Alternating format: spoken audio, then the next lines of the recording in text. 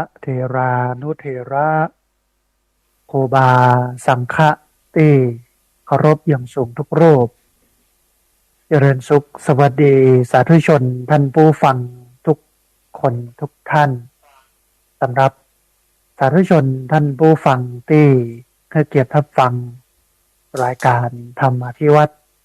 อันเป็นรายการวิทยุเพื่อการเผยแผ่พระพุทธศาสนาส่งเสริมการศึกษาและพัฒนาสังคมรายการนี้รับผิดชอบโดยอาตมาภาพพระสาธิตธีระปัญโย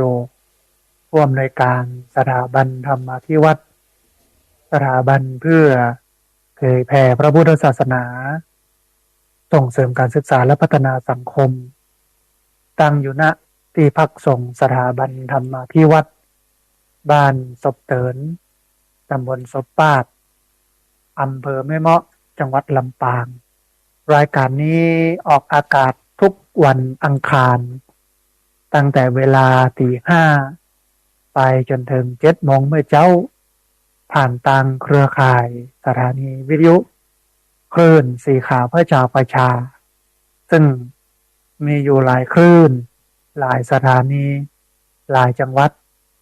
ออกอากาศผ่านทาง Facebook Live ซึ่งเป็นไลฟ์สดของสถานีวิทยุวัดฝายหินบันทึกเทปเอาไปออกอากาศผ่านทางสถานีวิทยุเพื่อการศึกษาและพัฒนาอาชีพ Radio Network FM 99.50 เมกะเฮิรตซ์ของวิทยาลัยเทคนิคกปภแม่เมาะทุกวันศุกร์ตั้งแต่เวลาตี 58 โมงไปถึง9 โมงเมื่อเจ้าท่านผู้ฟัง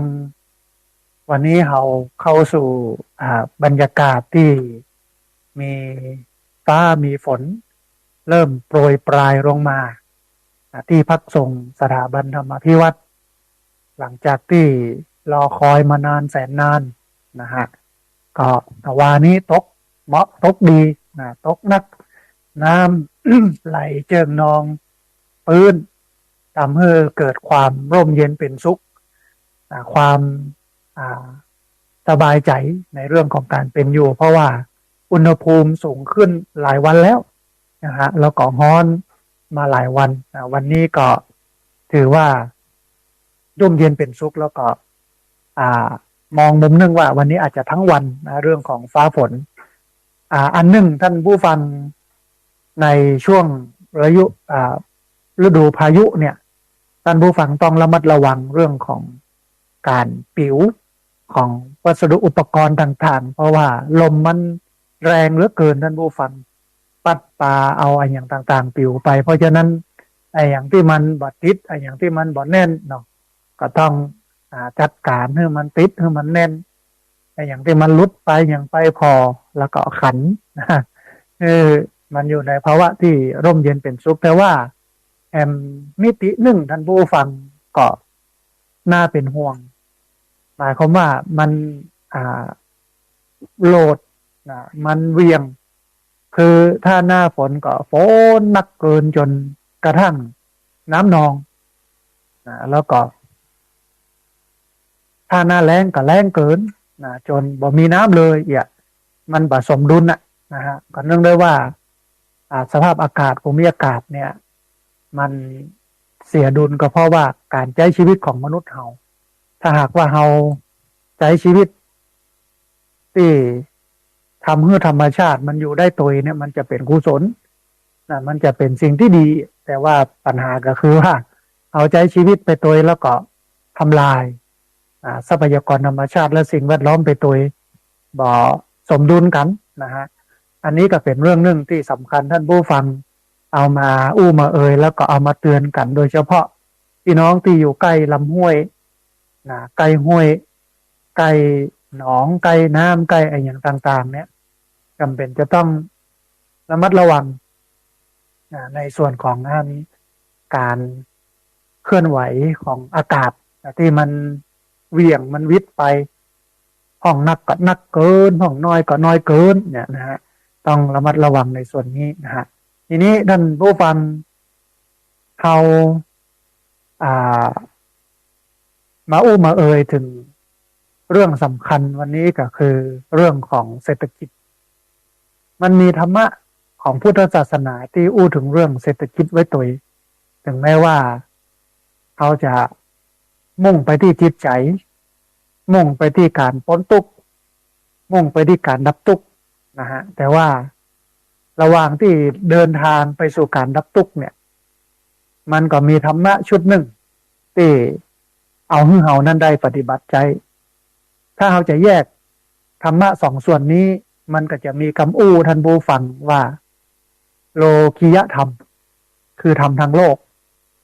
โลกุตระธรรมคือธรรมพ้นโลกนะฮะมันก็มีสองอย่างโลกิยธรรมคือธรรมที่เอามาใช้ในโลกนะโลกุตระธรรมคือธรรมที่มันพ้นไปจากโลกแสดงว่าสองส่วนนี้เราทุกคนต้องปฏิบัติตามหลักการสองอันนี้นะฮะคือถึงแม้ว่าพุทธศาสนาจะมุ่งจะตรงไปที่โลกุตระธรรมคือทำหลุดพ้นจากโลกแต่ว่าเขาก็บ่ได้ละโลกิยธรรมคือธรรมที่เป็นเอามาใช้กับโลกเพื่อให้เขานั้นอยู่ในโลกนี้อย่างมีความสุขถ้าหากว่าเขามุ่งโลกุตระธรรมแต่เขาบ่ได้ทำโลกิยธรรมไว้เป็นฐานมันก็ไปบ่ถึงโลกุตระธรรมนะฮะหรือถ้าเขาปฏิบัติก็โลกิยธรรมคือธรรมทั้งโลกบ่ามุ่งไปสู่โลกุตระธรรมคือธรรมหลุดพ้นจากโลกเนี่ยแห่งพลังทั้งหมดที่เขาทุ่มเทไปมันก็จะเสียเปล่าเพราะนั้นใจโลกุตระธรรมแต่โลกิยธรรมเป็นฐานเพื่อมุ่งไปสู่โลกุตระธรรมอันนี้คือพุทธศาสนาท่านผู้ฟังนะก่อนที่เราจะไปฟังธรรมะที่เกี่ยวกับเศรษฐกิจในพุทธศาสนามาเอาบุญมาให้ท่านผู้ฟังได้ร่วมอนุโมทนาบุญกันสักน้อยนึงท่านผู้ฟังในวันที่19ที่จะถึงบักกี้วันนี้เป็นวันอายุวัฒนมงคลของหลวงพ่อพระครูปฏิภาณธรรมทินนะฮะหรือว่าที่เรารู้จักกันว่าตุ้ลุงดอยวัดพระธาตุม่อนจอมคออำเภอเวียงป่าเป้าจังหวัดเชียงรายก็เป็นบุคคลที่สำคัญแห่งรูปหนึ่งที่เป็นพระนักเผยแผ่แล้วก็เป็นที่เคารพนับถือของผู้คนทั้งหลายเพราะฉะนั้นเนื่องในวันอายุวัฒนมงคลก็คืองานวันเกิดของพระเดชพระคุณหลวงพ่อซึ่งบ่ใช่เหมือนชาวบ้านทั่วไปนะฮะที่ ต้นจัดกันสนุกสนานเพลิดเพลินนะแต่ว่าหลวงพ่อเนี่ยเอาการเกิดของตัวเก่าเนี่ยมาเป็นฐานสำคัญในการสร้างบุญสร้างกุศลนะสร้างความดีความงามเพราะฉะนั้นหลวงพ่อในวันที่19พฤษภาคมที่จะถึงนี้ก็เป็นวันอายุวัฒนมงคล77 ปีพรรษา55นะเพราะฉะนั้นญาติโยมท่านผู้ฟังที่ติดตามรับฟังอยู่ก็ไปร่วมบุญกันเนอะในวันที่19พฤษภาคมเป็นวันอายุวัฒนมงคลของหลวงพ่อตุ้ลุงดอยก็คือพระครูปฏิภาณธรรมทินเจ้าอาวาสวัดดอยม่อนจอมพออำเภอเวียงป่าเป้าจังหวัดเชียงรายครบรอบ77 ปีพรรษา55 พรรษางานก็จะเริ่มกันตั้งแต่9 โมงเป็นต้นไปท่านใดอยากจะเอาโครงทานไปเลี้ยงท่านใดจะไปร่วมทำบุญก็เจริญพรอาตมาภาพกำลังดูเวลาว่าจะไปแวบไปนะฮะเอาไปสักการะบูชามุทิตาสักการะหลวงพ่อเนื่องในวันคล้ายวันอายุวัฒนมงคลก็คือวันเกิดของหลวงพ่อ77 ปี55 พรรษานะฮะอันนี้ก็เป็นอันหนึ่งที่เอามาแจ้งให้กับท่านผู้ฟังทั้งหลายได้ฟังกันนะฮะก็เป็นมงคลของเราเนาะอันหนึ่งนะฮะทีนี้ท่านผู้ฟังเห็นเรื่องหนึ่งก็คือขณะนี้อาตมาภาพก็กำลังระดมทุนเพื่อที่จะสร้างห้องลูกขา ไว้ในพระพุทธศาสนาในที่พักสงฆ์สถาบันธรรมาภิวัตรบ้านศพเตินตำบลศพปาดอำเภอแม่เมาะจังหวัดลำปางก็จะสร้างจำนวน5 ห้องห้องหนึ่งก็กว้าง2 เมตรยาว4 เมตรมีโซนเปียกโซนแห้งที่อาบน้ำที่ขับถ่ายอุจจาระปัสสาวะมีอ่างล้างหน้าอย่างเรียบร้อยนะฮะราคาห้องละประมาณ 68,000 บาทหลายคนก็บอกว่าหูราคาอย่างมาสูงเพราะว่ามันกว้างมันยาวตามลายของอาคารที่สร้างไว้ก่อนแล้วเอามาต่อเติมเอาด้านหลังนะฮะมันบ่สามารถที่จะลดหย่อนความกว้างความยาวไปได้นะมันก็ต้องใช้ความยาวตามอาคารนั้นไปนะฮะก็รวม5 ห้องก็ตกอยู่ที่ประมาณ 341,981 บาท 40 สตางค์ท่านผู้ฟังที่ฟังอยู่สามารถทำบุญได้ตามกำลังศรัทธานะฮะ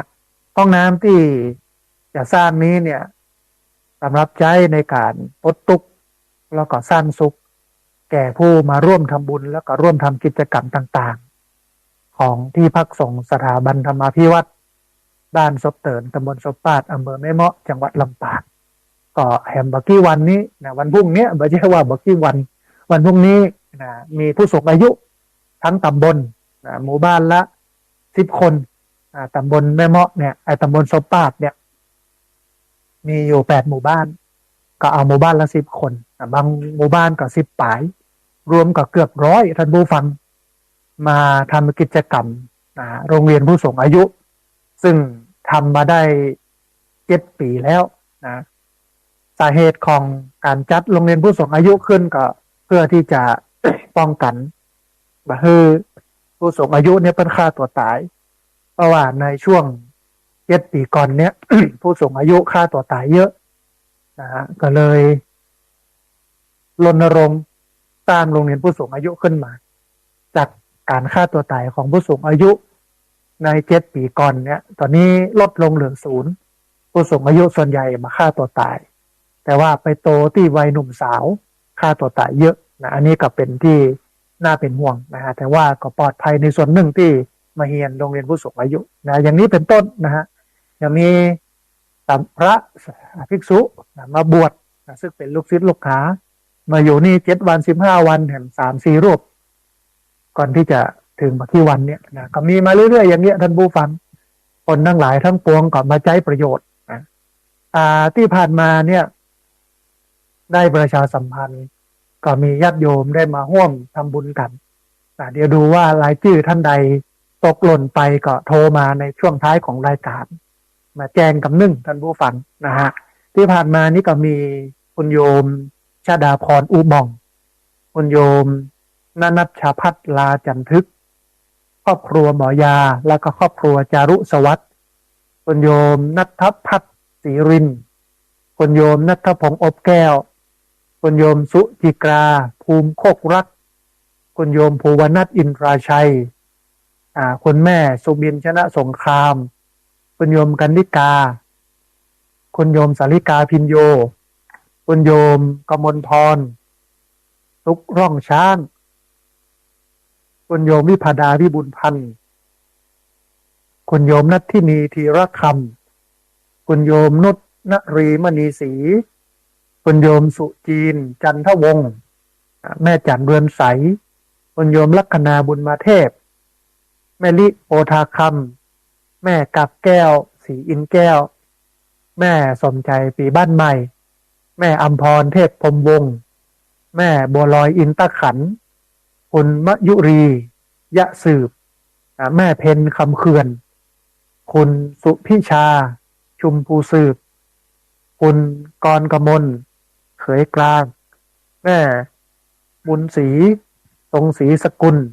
คุณโยมชนาภาศรีทามูลนิธิธรรมจาริกคุณแม่สุวรรลีชูวัฒนขจรแม่มีชัยพินโยภาพคุณเอื้อมเดือนภูมิโคกรักคุณสายบัวหุลาแม่สันหาบัวตูมคุณวีรดาเดชเฟื่องแม่สุแก้วกับอ้วน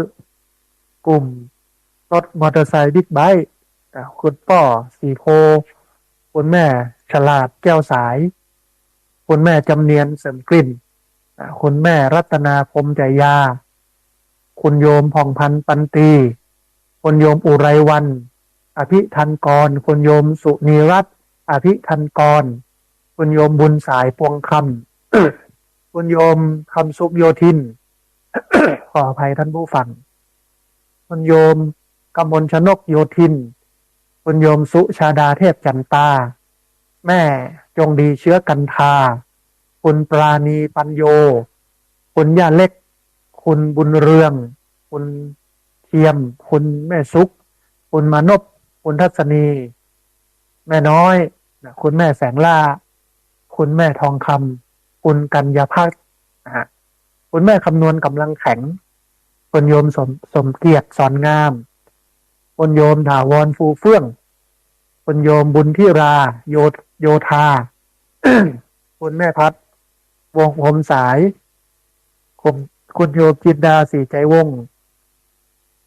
คุณโยมออนปิยาเบนมาคุณโยมทัศนีหินวงศ์คุณโยมประนอมเปียสายคุณโยมอัชระคณโคต คุณแม่สังเวียนสีม่วงคุณแม่สีนวลสุรินทร์มงคลคุณแม่พรธนาปายโยคุณแม่เพนเดือนเพนทิมวางคุณบุญทิราโยธาคุณป้อสุนทรคุณแม่คำมีกาจุมคุณโยมพันิตาพรหมนินแม่น้อยทาอาสาแม่พัดวงพรหมสายคุณโยมนงลักษ์ชัยชนะคุณแม่เกียงคำสิริวงศ์คุณแม่จันฟองละอคุณแม่ศรีนวลวงชมพูคุณสมพรนัทพัฒน์นัทนัทคุณโยมวิภาดาวิบุญพันธ์คุณโยมปรินจอมอินตาคุณคำศรีที่เขื่อนคุณพันนิตาพรหมนินนักเรียนโรงเรียนผู้สูงอายุตำบลศพปาดนะฮะอันนี้ก็เป็น ผู้ที่ได้ร่วมทำบุญในการสร้างห้องน้ำถวายไว้ในพระพุทธศาสนาท่านใดอยากจะร่วมทำบุญโดยการมาด้วยตัวเองเนาะมาปะมะแหวนกันมาแอลหากัน มาเติมแต่เมื่อกำลังใจกันนะฮะก็โทรเข้ามานัดหมายกันก่อนได้ที่เบอร์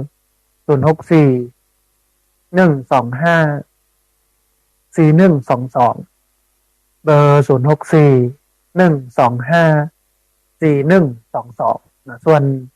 สำหรับท่านใดที่บ่ได้มีเวลามาด้วยตัวเองนะแต่ว่าอยากทำบุญก็สามารถร่วมทำบุญได้ที่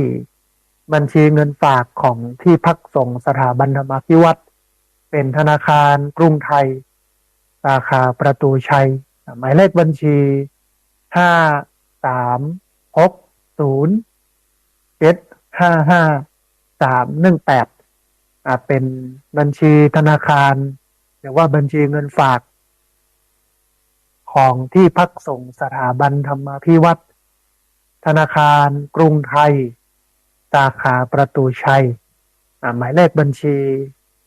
5360755-318อันนี้ก็เป็นช่องทางในการร่วมทำบุญสร้างห้องสุขาเพื่อปลดทุกข์และก็สร้างสุขเพื่อแก่ผู้คนทั้งหลายของที่พักสงฆ์สถาบันธรรมาภิวัตรบ้านศพเตินตำบลศพปาดอำเภอแม่เมาะจังหวัดลำปางนะฮะเอาละท่านผู้ฟังเข้ามาสู่เนื้อหาสาระในวันนี้ตอนเริ่มรายการก่อนได้เกริ่นไว้ว่าที่จริงพุทธศาสนาเนี่ยก็สอนให้คนดับทุกข์สองส่วนก็คือทุกข์ทางกายเป็นห้องว่าโลกิยธรรมทุกข์ทางใจเปิ้นก็ฟ้องว่าโลกุตระธรรมมันบ่หนีหรือว่ามันบ่ละสองอันนี้ตึงทุกข์กายทุกข์ใจพุทธศาสนามุ่งไปดับสองอันนี้ถ้าทุกข์กายมันบ่สำคัญทุกข์กายนี่เป็นเรื่องปากเรื่องต้องเรื่องซ้อว่าหากินมันบ่สำคัญพุทธเจ้าก็คงบ่เอา สัมมาอาชีวะหรือว่าการประกอบอาชีพชอบไปไว้ในมรรคมีองค์แปดซึ่งเป็นหลักการสำคัญของพุทธศาสนาในมรรคแปดแต่สรุปย่อลงเหลือสามก็คือศีลสมาธิปัญญาแสดงว่าพุทธศาสนาก็ให้ความสำคัญกับโลกิยธรรมคือธรรมทางโลกมุ่งให้มนุษย์ทั้งหลายได้ปฏิบัติตามธรรมะที่เป็นว่าโลกิยธรรมเพื่อจะคัดเกลาคัดสีให้มนุษย์นั้นเจริญงอกงามไปสู่โลกุตระธรรมคือธรรมที่มันสูงขึ้นแห่งระดับหนึ่ง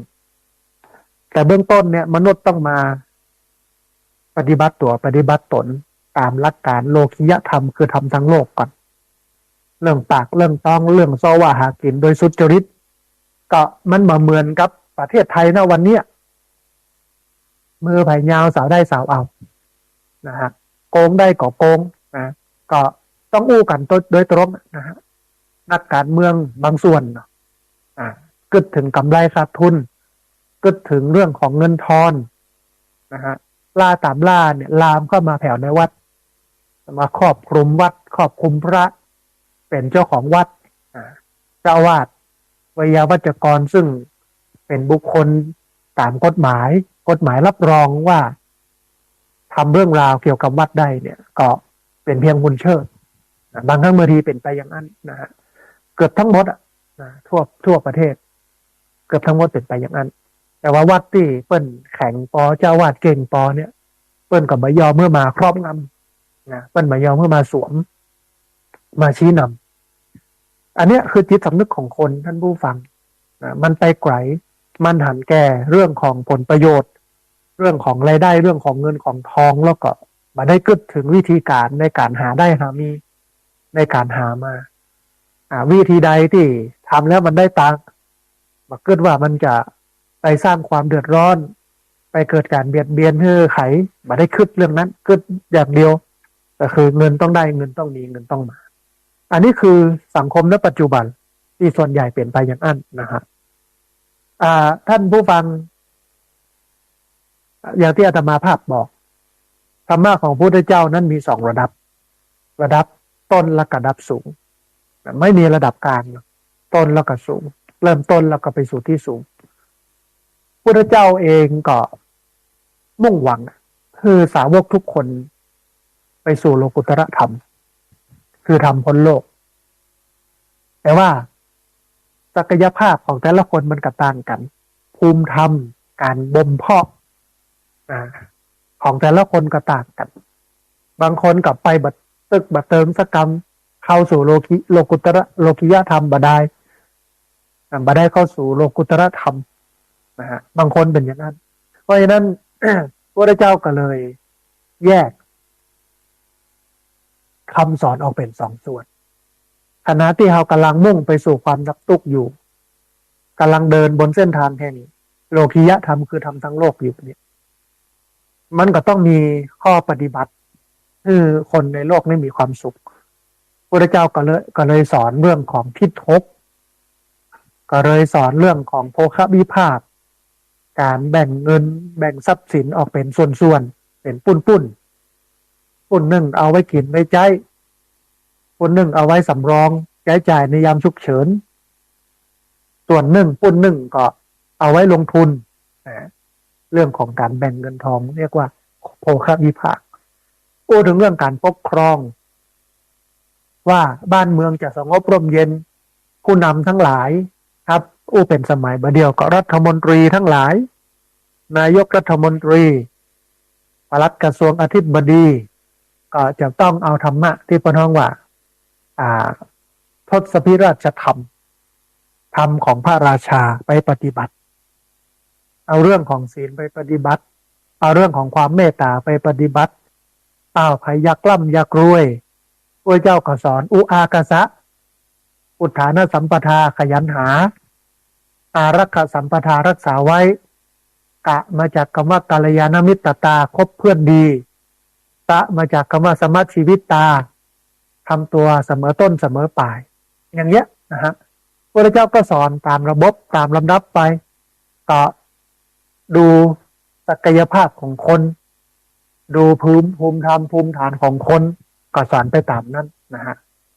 การสอนอย่างเนี้ยท่านผู้ฟังก็น้องว่าอนุบุพิกถาทำที่แสดงไปตามลำดับจากตื่นไปหาลึกจากง่ายๆไปหายากๆอันนี้คือการสอนของพระพุทธเจ้าตื่นไปหาลึกง่ายไปหายากเหมือนทะเล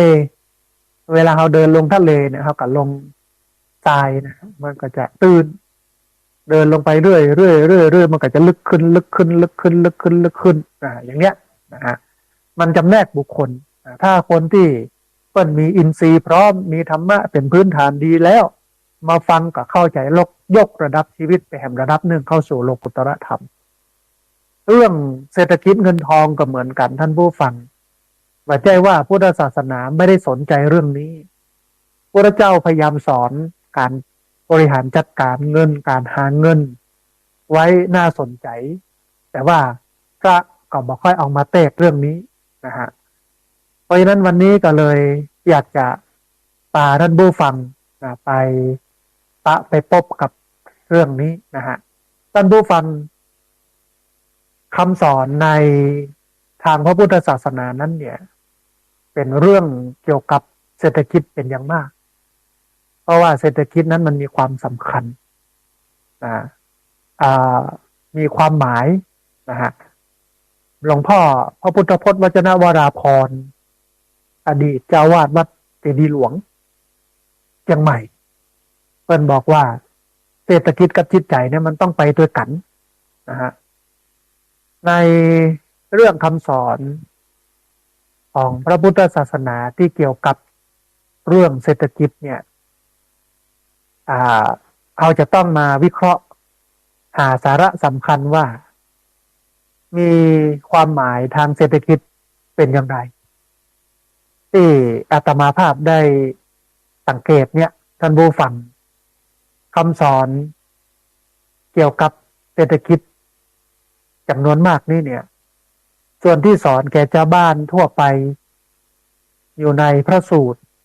ในลักษณะที่เป็นธรรมเทศนาหรือว่าคำสอนที่มันเป็นคำสนทนากับบุคคลหรือว่าชนกลุ่มต่างๆในกาลเทศะต่างๆเนี่ยคำสอนในแบบนี้เนี่ยที่เฮาพบเนี่ยมันจะมีเช่นพระพุทธเจ้าทรงสอนชาวบ้านถึงวิธีการที่จะบรรลุประโยชน์สุขในปัจจุบันที่เราฮ้องกันว่าทิฏฐธรรมิกัตถะก็คือประโยชน์ในปัจจุบันซึ่งเป็นเรื่องของความมั่นคงทางเศรษฐกิจการมีทรัพย์สินเงินทองตลอดจนความมั่นคงทางสังคมการมีเพื่อนมิตรสหายบริวารต่างๆแต่ก็เริ่มแรกก็คือทางเศรษฐกิจพระพุทธเจ้าก็ตรัสสอนข้อปฏิบัติสำคัญที่จะทำให้เกิดผลคือความมั่นคงทางเศรษฐกิจทำให้มีทรัพย์สินเงินทองเปิ้งตัวเก่าได้ทำที่เป็นไปเพื่อประโยชน์ปัจจุบันก็คือทำที่เป็นไปเพื่อทิฏฐธรรมิกัตถะก็คือทำที่มันเป็นประโยชน์กับปัจจุบันนะก็มี4 ข้อท่านผู้ฟังเอามาพอทีละข้อเหมือนที่อูตะกี้นะฮะข้อแรก ก็คืออุทธานะสัมปทา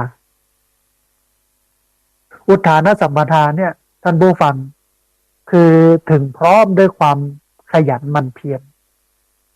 คือการรู้จักใช้ปัญญาไตร่ตรองพิจารณาหาวิธีการที่มันแยบคายในการทำงานมีความคิดริเริ่มมีไอเดียมีความคิดสร้างสรรค์รู้จักจัดรู้จักทำรู้จักดำเนินการด้านเศรษฐกิจ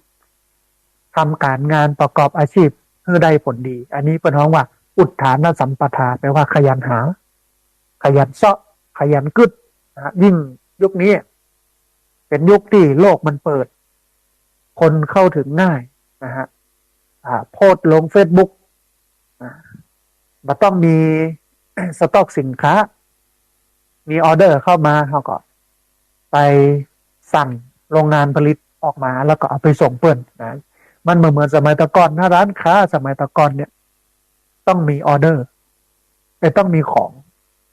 เวลาเปิ้นสั่งมาก็ส่งไปแต่ประเดี๋ยวนี้มันทันสมัยมันต้องมีแล้วนะฮะเวลาเปิ้นสั่งมาเขาก็สั่งจากโรงงานมาแล้วก็ส่งเข้าเปิ้นขยันหานี่หรือว่าอุทานสัมปทาขยันหาเนี่ยมันต้องขยันหลายๆด้านท่านผู้ฟังเหมือนกับหม้อองค์อะชีวิตเราเหมือนหม้อองค์กันนึ่งเราต้องดูว่าก๊อกที่มันออกมันมีกี่หูมันมีกี่ช่องแรกก็คือกากกับเข้าวันละ100เนี่ยอยู่บ่ฮู้นะ แต่วันละ100เนี่ย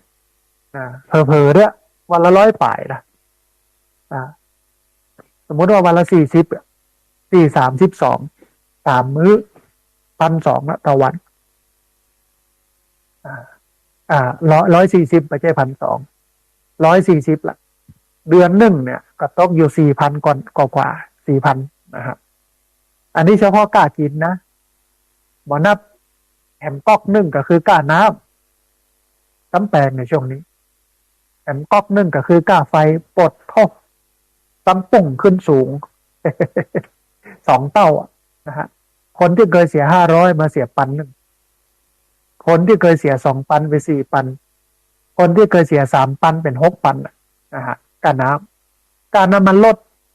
ก็ขึ้นแถมประเทศถูกกันบูบังน้ำมันลดกล้าเติมโทรศัพท์กล้าอบายมุกเนาะเหล้าบุหรี่หวยนะฮะก็เดือนหนึ่งเนี่ยช่องทางในการที่เงินมันไหลออกหลายหูแล้วเขาหาได้หูเดียวก็คือน้ำที่ใส่ตังบนได้ช่องเดียวมันจะไปกุ้มใหญ่ท่านผู้ฟังเห็นนี่เป็นสินเบอร์เนาะนะฮะถึงวันนี้แรงหลายคนก็ถามว่าแรงบันดาลใจในการทำงานคืออะไรหลายคนก็พร้อมกันว่านี่ เป็นนี่เนี่ยเป็นแรงพักดันอย่างดีแหละนะถ้าบ่ยากการทำงานกับบ่มีเงินใช้นี่นะอันนี้คือขยันหามันก็ต้องหาน้ำเข้าหลายๆช่องทางเหมือนกันช่องทางหลักคืองานประจำอย่างน้อยเดือนละ15,000เดือนละ15,000ซึ่งมันบ่พอหรอกในการจะใช้จ่ายเพราะว่าช่องทางในการออกมันนักนอกจากจะเติมน้ำหลายๆช่องหาอาชีพหารายได้พิเศษอย่างมาจุนเจือให้มันเข้านักแล้วแถมประการสำคัญหนึ่งด้านบูฟันก็คือการไปอุดที่มันออกที่มันบ่จำเป็นเช่นเหล้า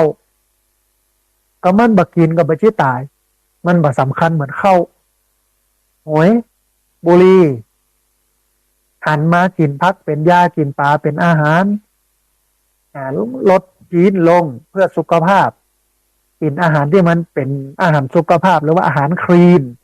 อาหารเจอาหารสะอาดนักขึ้นเบื้องต้นเนี่ยอาจจะไม่ต้องกินถึงวันเฉพาะวันพระวันเสาร์วันติดหรือวันไหนนะฮะมันจะทำให้รายจ่ายเขามันลดลงแล้วมันก็จะมีเงินเหลือแต่ถ้าเขามาเพิ่มแล้วก็ปล่อยมันออกตามช่องทางต่างๆเนี่ยรับรองว่ามันจะบ่มีเก็บอันนี้คืออุทานสัมปทาคือการขยันหาอันที่ 2คืออารักขสัมปทาหมายความว่าถึงพร้อมด้วยการรักษาคือสามารถปกป้องคุ้มครองทรัพย์สินที่หามาได้มาเพื่อมันสูญหายไปด้วยภัยต่างๆเดี๋ยวนี้ภัยที่น่ากลัวให้มันนั่นก็คือภัยแก๊งคอเซ็นเตอร์ที่พยายามจะโทรศัพท์มาจุมาหลอกแต่วานี้แม่แรงก็โทรมาสายหนึ่งบอกว่ามาจากประชาสัมพันธ์ของ TikTok ก็เกิดในใจว่าเฮาบ่เคยเล่นสักตื้อ เฮาบ่เคยไปพ่อไปกอย TikTok แต่ฮู้จักว่าTikTok ที่เพิ่นเอาลงต่างๆต้องโหลดโปรแกรมเข้ามาอย่างเข้ามาแต่เฮาบ่เคยโหลดโปรแกรม TikTok ใช้เฉพาะ Facebook กับ LINE แล้วก็Instagram 3 ช่องทาง เพื่ออะไรยังเพื่อเผยแผ่คำสอนเพื่อศึกษาข้อมูลที่มันเป็นประโยชน์แค่นั้นนะฮะทิกต็อกนี่บอกเคยยุ่งเลยกับตลกมีคนมาโทรมาบอกเป็นไม่ยิงว่าอันนี้โทรมาจากประชาสัมพันธ์ของทิกต็อกคนกดหมายเลขนั้นกดหมายเลขนี้เข้าเฟซบุ๊กใหม่ก็คิดว่าน่าจะโทรเข้ามาจุคือเอาเข้าเฟซบุ๊กตัวเองเปลี่ยนรหัสเปลี่ยนรหัสแต่แล้วก็จะแฮกเข้ามายึดเฟซบุ๊กของเขาอย่างนี้เป็นต้นนะฮะอันเนี้ยเงินมันก็จะสูญหายไปกับแก๊งคอลเซ็นเตอร์ส่วนหนึ่งเพราะฉะนั้นเมื่อขยันหาแล้วเนี่ยต้องขยันรักษาไม่ใช่ขยันหาแล้วขยันใจท่านผู้ฟัง ถ้าขยันหาและขยันใจเนี่ยโอ้มันบอกกุ้มมันบอกปอนะฮะมันก็ต้องขยันใจขยันหาแล้วก็ขยันเก็บการเก็บเนี่ยก็เอาหลักการของงานโภควิภาคการแบ่งทรัพย์เอาเป็นส่วนๆก็ได้สตางค์มาก็เก็บเป็น3ปุ้นหรือว่าเก็บเป็น3ส่วนแรกเป็นส่วนที่เอามากินเอามาใช้เอามาตานกินตานส่วนที่2เอาไว้ใช้ในยามฉุกเฉินส่วนที่3เอามาลงทุนอย่างเงี้ยนี่คืออารักขสัมปทาถึงพร้อมด้วยการรักษาแต่ใจคนนะถ้ามันปะสิ่งของที่มันอยากได้มันจะใจขึ้นอย่างเช่นเอาเงินไป100เนี่ยไปซื้อกับข้าวที่กาดคลองถมไปห้างสรรพสินค้าหรือว่าไปกาดต่างๆไปปะใส่เสื้อปะใส่เครื่องสำอางบอกโอ้ยใครซื้อกลับไปยืมตังคนรู้จักกันในกาดไปซื้อจาก100ก็เป็น200 300 400 500แต่ถ้ามุ่งตรงไปที่กับข้าวอย่างเดียวมันสนใจอย่างอื่นใจแข็งปอเนาะใจมีก็น้องว่ามีพลังปอในการจะต้านทานความอยากมันก็เป็นสิ่งที่ดีแต่ว่าส่วนน้อยมันจะว่าเป็นอย่างนั้นมันการ์ดเพราะตาหันมันเกิดตัณหา ตาหันมันเกิดตัณหานะฮะเพราะนั้นต้องขยันรักษานะเมื่อขยันหาแล้วต้องขยันรักษาอันที่3คือกัลยาณมิตรตาก็มาจากคำว่ากะมาจากคำว่ากัลยาณมิตรตาคือการรู้จักคบคนดีหรือว่ามีกัลยาณมิตรท่านผู้ฟังซึ่งเป็นองค์ประกอบสำคัญที่จะช่วยให้เฮานั้นเจริญก้าวหน้าในวงการอาชีพนั้นๆทำให้เฮานั้นรู้หันช่องทางและก็โอกาสต่างๆในการงานทำให้เฮานั้นทันต่อเหตุการณ์ตลอดจนรู้จักปฏิบัติต่อทรัพย์ของ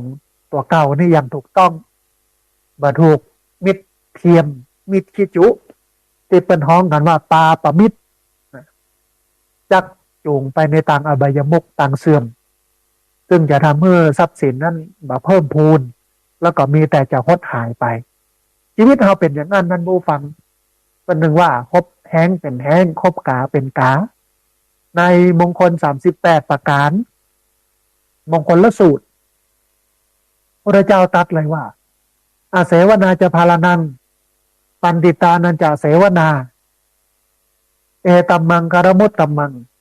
การประคบคนพาลการคบบัณฑิตเนี่ยเป็นมงคลของชีวิตพระเจ้ายังสำทับบอกกล่าวอู้เอ่ยไปเห็นว่ากัลยาณมิตรเนี่ยเป็นที่สุดของพรหมจรรย์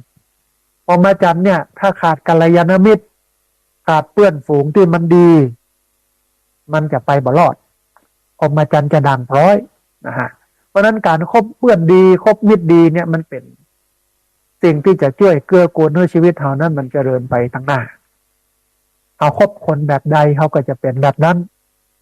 นะฮะเพราะนั้นต้องเลือกคบเพื่อนคบฝูงแต่ที่จริงเรื่องนี้แต่มันยากบ่ได้หลายคนนะท่านผู้ฟัง ว่าเล่าบ่ดีว่าการพนันบ่ดีว่าการแอวการเล่นเนี่ยมันบ่ดีแต่ไผ่ที่จวนไปอย่างเงี้ยมักจะได้ดีไม่ดีบางคนถ้าเป็นนักการเมืองเนี่ยเอามูนี้มาล่อให้คนมอมเมาติดใจคนกับมองโอ้เพิ่นเป็นพ่อเลี้ยงเป็นคนสปอร์ตก็น้องว่าใจถึงพึ่งได้ ใจถึงพึ่งได้เนาะเวลาเปิ้ลลงอย่างนี้เลือกเลยชอบกินกับเปิ้ลโดกเกียนี่คือชีวิตของคนที่มันมืดมนนะเปิ้ลเกิดอย่างนี้ผลของการเกิดอย่างนี้มันส่งเสริมเพื่อคนนั้นได้ไปเป็นใหญ่เป็นโตและพิจิตรพิธรรมก็เอาเรื่องปากเรื่องท้องของตัวเก่าเนี่ยมาเป็นตัวชี้วัดแทนที่จะมองหันประโยชน์ส่วนรวมว่าเปิ้นไปเนี่ยคือส่วนรวมมากน้อยแค่ไหนแทนที่จะขึ้นไปในเชิงนั้นแต่ขึ้นว่าเขาได้กินเหล้าก็เปิ้นสองเตื้อมาได้เนาะเปิ้นเลี้ยงเอาก็เลือกเนี่ยสังคมมันเป็นอย่างนี้นะแล้วนักการเมืองก็เลยทำผิดบทบาทของตัวเองสมัยตะก่อนนักการเมืองมีงบประมาณเอามาพัฒนาประเทศแต่สมัยนี้มันมีแล้วนะฮะแต่ว่าคนก็ยังถืออยู่นักการเมืองต้องเอาเวลาน้ำท่วมต้องเอารถมาช่วยรถแมคโครมาถมถนนโน่นนี่นั่นเป็นสจเป็นสอบตเป็นนายกเนี่ยแล้วเขาก็มาดูพื้นฐานบางคนเปิ้นเป็นนักการเมืองใจซื่อมือสะอาดเปิ้นบ่มีการทุจริตแล้วเปิ้นถามว่าแล้วเปิ้นบ่ได้อยู่ในสายรับเหมาก่อสร้างแล้วเปิ้นจะเอาสตางค์ที่ไหนมาช่วยมาพอเขาแต่ว่าหน่วยงานที่อาจจะและจะให้ความช่วยเหลือเขาเนี่ยมันมีอยู่เปิ้นก็ประสานคือได้มันต้องมาเกิดเชิงนี้เพราะว่าหน้าที่ของสสเนี่ยเปิ้นไปออกกฎหมายไปกันกรองงบประมาณไปดีเบตเป็นตัวแทนของเขาบัดใจสสที่ไปตามงานศพงานซากไปวางผ้าบังสกุลบัดใจอย่างนั้นบัดใจหน้าที่นะฮะไปเปิดป้ายนั้นป้ายนี้บัดใจหน้าที่แต่หน้าที่ของเปิ้ลลักๆก็คือนิติบัญญัติออกกฎหมายอย่างนี้เป็นต้นเพราะฉะนั้นท่านผู้ฟังการคบเพื่อนคบฝูงดีเนี่ยมันทำให้เขานั้นก้าวหน้าในการทำงานคนสมัยตะก่อนเปิ้ลกับตึงว่านกไม่มีขนคนไม่มีพวกไม่สะดวกสักอย่างนกมีขนคนมีพวกสะดวกทุกอย่างนะเพราะนั้นการคบเพื่อนคบฝูงนั้นสำคัญอันสุดท้ายสะมาจากคำว่าสมะชีวิตตากันบูฟังแต่ว่าความเป็นอยู่พอดีหรือว่าความเป็นอยู่ในสมดุลก็คือเลี้ยงชีพแต่พอดีบ่ฟุ่มเฟือยบ่ฟืดเครื่องรายได้มันเหลือรายจ่ายมีเหลือเก็บไว้อันนี้คือสมะชีวิตตาเลี้ยงชีวิตเหมาะสมก็เป็นคนที่ปลูกทุกอย่างที่กินทุกอย่างที่ปลูกผลิตทุกอย่างที่ใช้ทุกอย่างที่ผลิตนะกินอยู่อย่างต่ำแต่มุ่งกระทำอย่างสูงกินง่ายอยู่ง่ายแต่ไม่มักง่ายบ่ใจกินอยู่อย่างเสียแต่เวลาเนี่ยการเจ็ดเหือปอบัตันท่านผู้ฟังเรื่องวันนี้เขากินอยู่อย่างเสียแต่เวลาเนี่ยการเนี่ยเจ็ดเหือปอบัตันกินยังคือแล้วก็ต้องมาเนี่ยการทรายยังคือเหมือนกันแต่ว่าถ้าเรากินอยู่อย่างต่ำแต่มุ่งกระทำอย่างสูงกินง่ายอยู่ง่ายแต่ไม่มักง่ายปลูกทุกอย่างที่กินทุกอย่างที่ปลูกผลิตทุกอย่างที่ใช้ทุกอย่างที่ผลิตเนี่ยมันก็จะทำให้เราสบายมันต้องเนี่ยตัวคือโกเก๋นกน้อยมันต้องทำรังแต่พอตัวท่านผู้ฟังจ้านขี้จะไปขี้ตัวจ้านบางคนเนี่ยเปิดบ้านซื้อรถใหม่รถเฮานี่มันแอร์บอกเขาเย็นละหาเรื่องเปลี่ยนรถ หาเรื่องเปลี่ยนรถทีวีเฮาเนี่ยดูตึงวันดีตึงวันชัดตึงวันแต่บอกกองเตือนบ้านซื้อทีวีใหม่มาจอใหญ่โปรดเท่าทีวีมันอย่างมาลายคุยยุยฮะแค่หาเรื่องเปลี่ยนทีวี อย่างเนี้ยมันก็ทำให้ชีวิตมันบอกพอดีมันพอเพียงแต่แล้วเมื่อรายจ่ายมันนักหรือรายรับมันก็ต้องมองหาช่องทางในการหาแต่ว่าถ้าหาในทางที่ชอบหาในทางที่ดีที่ถูกต้องกับเป็นอย่างที่มันไปเบียดเบียนไผ่นี่นะ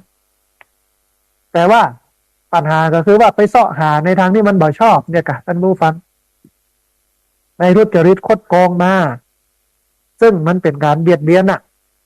เบียดเบียนทั้งตัวเองและเบียดเบียนทั้งคนอื่น ยเฉพาะการเบียดเบียนคนอื่นให้เปิ้นเดือดร้อน มันก็ใบใจสมะชีวิตตาคือการเลี้ยงชีวิตเหมาะสมนะฮะเพราะฉะนั้นเนี่ยคือหลักธรรมที่พระพุทธเจ้าสอนก็คือทิฏฐธรรมิกัตถะธรรมที่มันเป็นประโยชน์ณปัจจุบันก็คืออารักขะมีอุทานสัมปทาขยันหาอารักขสัมปทารักษาไว้กะมาจากคำว่ากัลยาณมิตรตาคบมิตรดีตะมาจากคำว่าสมะชีวิตตาเลี้ยงชีวิตเหมาะสมท่านผู้ฟังหลักธรรมแห่งหมวดหนึ่งที่พระพุทธเจ้าตัดไว้ปนอยู่กับหลักธรรมหมวดอื่นมันร้องว่าโอคะวิภาคสี่โอคะวิภาคสี่เนี่ยได้อู้เอ่ยถึงเรื่องวิธีการจัดสรรทรัพย์สินในการใช้จ่ายเปิ้นบอกเฮาเนี่ยจัดสรรทรัพย์สินเงินทองออกเป็น4 ส่วนส่วนหนึ่งใช้บริโภคเอาไว้กินไว้ใช้ส่วนที่สองเอามาเลี้ยงตัวเก่าให้มันเป็นสุขเลี้ยงดูครอบครัวเพื่อเป็นสุขเลี้ยงคนที่อยู่ในความรับผิดชอบเพื่อเป็นสุขแล้วก็ใจในการทำความดีบำเพ็ญคุณประโยชน์ต่างๆทรัพย์สิน2 ส่วนต่อไปคือจัดสรรไว้สำหรับลงทุนประกอบการกิจกรรมการหารายได้2 ส่วนเลยนะส่วนหนึ่งเอาไว้กินไว้ใช้2 ส่วนเอาไว้ลงทุนและส่วนที่4เก็บไว้ใช้เป็นหลักประกันในยามจำเป็นเพราะอาจจะมีเพศภัยอุบัติเหตุหรือว่าเหตุสะดุดในการทำงานประกอบอาชีพขึ้นมาเพราะว่าจะเป็นการเจ็บเป็นเย็นไข้หรืออาจจะตกงานเพราะว่าตอนนี้หลายโรงงานโดยเฉพาะรถมือสองเต็นท์รถมือสองบางเต็นท์มีพนักงานเป็น20-30นะฮะก็ถูกเลิกจ้างเพราะว่าเศรษฐกิจบ่ดีต้องยอมรับท่านผู้ฟังว่าช่วงนี้เศรษฐกิจตกต่ำเศรษฐกิจบ่ดีมันผันผวนหลายเรื่องผันผวนในส่วนของราคารถมือสองที่มันตกลงอย่างมากทองคำปุ่งสูงขึ้นถึงบาทละ 41,000 กว่าบาทนะฮะก่อนหน้านั้น 42,000 43,000 ตอนนี้เหลือ 41,000 ค่าน้ำมันก็ขึ้นค่าไฟก็ขึ้นแต่ค่าแรงเท่าเดิมตอนนี้ก็มีการพยายามรณรงค์ให้รัฐบาลปรับค่าแรงขั้นต่ำจาก300 บาทเป็น400 บาทขึ้นเป็น400 บาทรัฐบาลก็บอกมีสตังค์ตอนเนี้ยต้องยอมรับกันโดยตรงเพิ่นก็บอกว่าจะแยกอย่างใดบอกว่าจะแยกอย่างใดอันนี้ก็เป็นอันหนึ่งท่านผู้ฟังที่มันทำให้การจัดสรรเงินที่มันถูกต้องเนี่ยมันก็จะทำให้มีหลักประกันแต่วันนี้คนไม่ค่อยมีหลักประกันบอกกองเนี่ยการไปวันหนึ่งเนี่ยเจ็บเป็นเย็นไข้ขึ้นมาบ่ได้ไปเนี่ยเนี่ยเงินจะจ่ายก็มีชีวิตต้องลำบากท่านผู้ฟังในการจัดสรรทรัพย์ใช้จ่ายนี่เนี่ยบางครั้งก็มีรายละเอียดแยกออกไปอย่างที่เปิ้นฮ้องว่าโภคาทิยะ5 ประการหลักโภคาทิยะหรือว่าโภคอริยะเนี่ยมันมีหลักการว่าคนที่ปฏิบัติเนี่ยควรจะยึดถือเอาประโยชน์จากการมีโภคะหรือว่ามีทรัพย์ไม่ใช่มีทรัพย์สมบัติเก็บไว้เฉยๆการมีทรัพย์ย่อมมีวัตถุประสงค์เพื่อใช้ให้เป็นประโยชน์จะใช้ให้เป็นประโยชน์อย่างใดเปิ้นก็ยกมาให้รู้ว่าสามารถเอามาใช้ในตาม5 ประการอ้องว่าประโยชน์ที่ควรถือเอาจากโภคะเป็นแนวทางการใช้โภคทรัพย์5 ประการท่านผู้ฟังลองฟังดูอันแรกใช้จ่ายทรัพย์นั้นเลี้ยงตัวเองเลี้ยงดูครอบครัวมารดาบิดาเพื่อเป็นสุขอันนี้อันแรก อันที่สองใจทรัพย์นั้นบำรุงเลี้ยงมิตรสหายผู้ร่วมกิจการงานให้เป็นสุขอันที่สามใจป้องกันพยันตรายต่างๆเช่นในบ้านในจองถ้ามันมืดก็ไปซื้อโซลาร์เซลล์มาติดให้มันแจ้งอย่างเงี้ยเพราะว่ามันบ่ดีกับแปลงให้มันดีประตูอย่างต่างๆปิดบังอย่างก็เรียบร้อยอันที่สี่ทำพรีกรรมก็คือการสละบำรุงสงเคราะห์ห้าอย่างได้แก่อัตติทีพีก็คือการใจต้อนรับแขกใจดูแลคนที่เปิ้นไปมาหาสู่อันนี้เป็นเรื่องของการต้อนรับเป็นเรื่องของการปฏิสันถานคืออัตติพีอัตติทีพีนะฮะใจในการต้อนรับแขกมันก็มีการใช้จ่ายในการต้อนรับแขกน้ำชากาแฟกับข้าวกับป๋าเนาะอันที่สองคือยาติพีใจสงเคราะห์ญาติสงเคราะห์พี่สงเคราะห์น้องเกื้อกูลพี่เกื้อกูลน้องนะฮะอันที่สามคือราชพีใจบำรุงราชการด้วยการเสียภาษีเวลารัฐบาลต้นเปิดรับบริจาคเอาไปช่วยขั้นช่วยนี่น้ำท่วมไฟไหม้เอาก็ไปนอกจากจะโดยการเสียภาษีแล้วนะฮะอันที่สี่คือเทวตาพีบำรุงเทวดาคือสิ่งที่เขาเคารพนับถือตามลัทธิความเชื่อตามกำหนดธรรมเนียมประเพณีของสังคมเอามาวัดมาวาซื้ออาหารยารักษาโรคปัจจัยทายธรรมมาถวายตู้เจ้าพระเนนมาให้เปิ้นได้รับความลำบากอันนี้คือเทวตาพรีนะอันสุดท้ายท่านผู้ฟังคือบุพเพเปตพีคือการทำบุญอุทิศให้แก่บุพการีชนบรรพบุรุษที่ได้ล่วงลับไปแล้วนะฮะและอันสุดท้ายคือบำรุงสมณพราหมณ์คือพระสงฆ์ผู้ปฏิบัติดีปฏิบัติชอบผู้ฝึกฝนตัวเองมาประมาทโมเมาในชีวิตเร่งรัดปฏิบัติศีลปฏิบัติธรรมไปทำประโยชน์ให้กับสังคมไปอันเนี้ยถ้าอย่างนี้คือการถือเอาประโยชน์จากการมีทรัพย์หรือว่าโภคาธิยะ5ประการ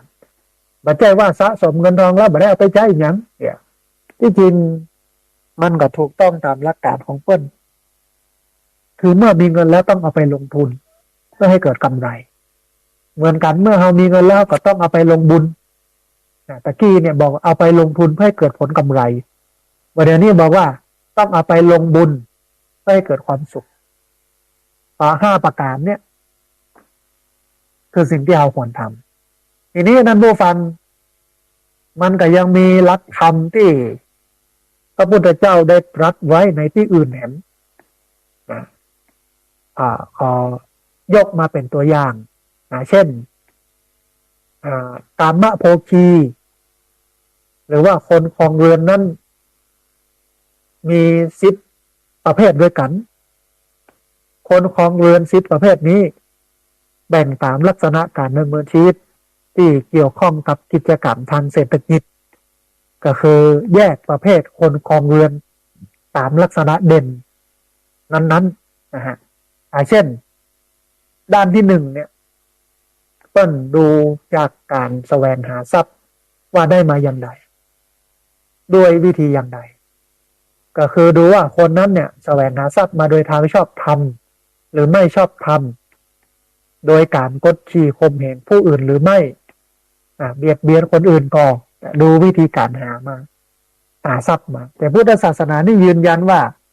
เขามีวิธีการแสวงหาทรัพย์ในทางที่มันถูกต้องเยอะในทางสุจริตเยอะไม่จำเป็นต้องไปแย่ทุจริตอันนี้ด้านที่1ด้านที่2นั่นผู้ฟังพิจารณาในแง่การใช้จ่ายทรัพย์ว่าใช้ให้เป็นประโยชน์และทำให้เกิดคุณประโยชน์ต่างๆหรือไม่เช่นใช้จ่ายทรัพย์สินเลี้ยงตัวเองเลี้ยงครอบครัวเพื่อเป็นสุขเพื่อแผ่แบ่งปันทำสิ่งที่ดี ที่งามที่มีคุณประโยชน์อันนี้คือด้านที่สองดูวิธีการใจทรัพย์ด้านแรกดูวิธีการหาด้านที่สองดูวิธีการใจทรัพย์ด้านที่สามดูที่สภาพจิตของเขาว่าเป็นอย่างไรคือดูว่าในการเกี่ยวข้องในการครอบครองในการใช้จ่ายในการปฏิบัติต่อทรัพย์นั้นเนี่ยท่านผู้ฟังเขามีจิตใจที่มกมุ่นมัวเมากระวนกระวายเป็นห่วงกังวลมีความตกจากการมีทรัพย์ที่ห้องกันว่าเป็นทาสของทรัพย์หรือว่ามีจิตใจที่เป็นอิสระเป็นนายของทรัพย์เป็นอยู่โดยมีจิตเป็นสุขใจทรัพย์ทำประโยชน์ที่ควรจะใจและบ่ต้องเป็นทุกข์ทรมานเพราะทรัพย์นั้นก่ออันนี้คือดูสภาพจิตใจของคนมีทรัพย์ว่าจิตใจเป็นอย่างไรสุขกับมันก่อหรือว่าเป็นทุกข์กับมันกระวนกระวายกับมันเป็นห่วงหัวโดนจุโดนลักหรือว่ามีความสุขในการใช้จ่ายตามปกติตามอัตภาพก่อนท่านผู้ฟังลักษณะเหล่านี้เป็นเครื่องแบ่งคนครองเรือนคือเป็นเครื่องจัดสรรแบ่งคนที่อยู่กับบ้านอยู่กับจอมออกเป็นประเภทต่างๆซึ่งเป็นเรื่องสัมพันธ์กับเศรษฐกิจทั้งนั้นนอกจากนี้ยังตัดถึงสุขของชาวบ้านหรือว่าสุขของคฤหัสถ์สุขของคนครองเรือน4ประการว่าคฤหัสถ์หรือว่าผู้ครองเรือนหรือว่าชาวบ้านเนี่ยควรจะมีความสุข4ประการซึ่งถือว่าเป็นความสุขที่ควรพยายามเข้าถึงให้ได้มีอย่างพ้องความสุข4ประการนั้นท่านผู้ฟังอันแรกอัตถิสุขคือสุขเกิดจากการมีทรัพย์มันเพราะว่ามันเป็นหลักประกันของชีวิตโดยเฉพาะความอบอุ่นใจความปลาบปลื้มใจว่าเรามีทรัพย์ที่หามาได้ด้วยเรี่ยวแรงกำลังความขยันหมั่นเพียรโดยชอบธรรมโดยเฉพาะผู้สูงอายุควรมีทรัพย์มันมีงานวิจัยออกมาฉบับหนึ่งท่านผู้ฟังเพิ่นสำรวจว่าคนสูงอายุบั้นปลายชีวิตมีเงินเก็บกองนี่นะมีเพียง 40% เท่านั้นสำหรับผู้สูงอายุที่มีเงินเก็บต่อที่จะเอามาใช้จ่ายในบั้นปลายชีวิตแต่แฮม60%เนี่ยไม่มีเลยท่านผู้ฟังมันมีเงินเก็บเอาไว้ใช้จ่ายในชีวิตแถมบ่พอเป็นหนี้แถมเพราะฉะนั้นจำเป็นอย่างยิ่งที่จะต้องขยันหาเนอะเก็บออมเอาไว้ใช้ในยามบั้นปลายชีวิตคนบ่เก่าโบราณเพิ่นถึงว่านะขอนบ่มีเฮ็ดคนบ่ใกล้ขอนมีเฮ็ดคนใกล้คือคนเฒ่าถ้ามีทรัพย์สินคนก็จะมาพี่นอกพี่เฒ่ามาดูแลใส่ใจถ้าบ่มีทรัพย์สินเงินทองใครก็บ่เลี้ยวบ่แลบ่พ่อบ่ก้อยอันนี้เรื่องสำคัญนะฮะเพราะฉะนั้นถ้าเรายังหนุ่มยังกำก็จะไปแอวไปเล่นเอาเงินไปฟุ่มเฟือยกับการแอวการเล่นฮะเจนก็เก็บไว้ใช้ในยามบั้นปลายชีวิตต้องรู้จักจัดสรรรู้จักแบ่งรู้จักวางระบบการเงินการทองในวันนี้เพราะว่าสุขเกิดจากการมีทรัพย์เนี่ยเป็นสุขของชาวบ้านเป็นสุขของคฤหัสถ์นะฮะโดยเฉพาะทรัพย์ที่หามาด้วยเรี่ยวแรงด้วยความถูกต้องด้วยความชอบธรรมเนี่ยมันเป็นสิ่งที่มีคุณค่าอันนี้ข้อแรกคืออัตถิสุขนะฮะอันที่สองคือโภคสุขท่านผู้ฟังสุขเกิดจากการบริโภคหรือว่าใช้จ่ายทรัพย์มาว่าจะมีทรัพย์แล้วเอามาเก็บไว้เฉยๆไม่ใช่ว่ามีทรัพย์แล้วเนี่ยเอามาเก็บไว้บ่ได้ใช้จ่ายไอ้หยังอย่างที่ว่าท่านผู้ฟังว่ามีเงินทองนักหนาจารีเหมือนน้ำทะเล ที่มันมีนักแต่มันเค็มดื่มบ่ได้หรือเป็นตุกเพราะการมีทรัพย์นั้นแต่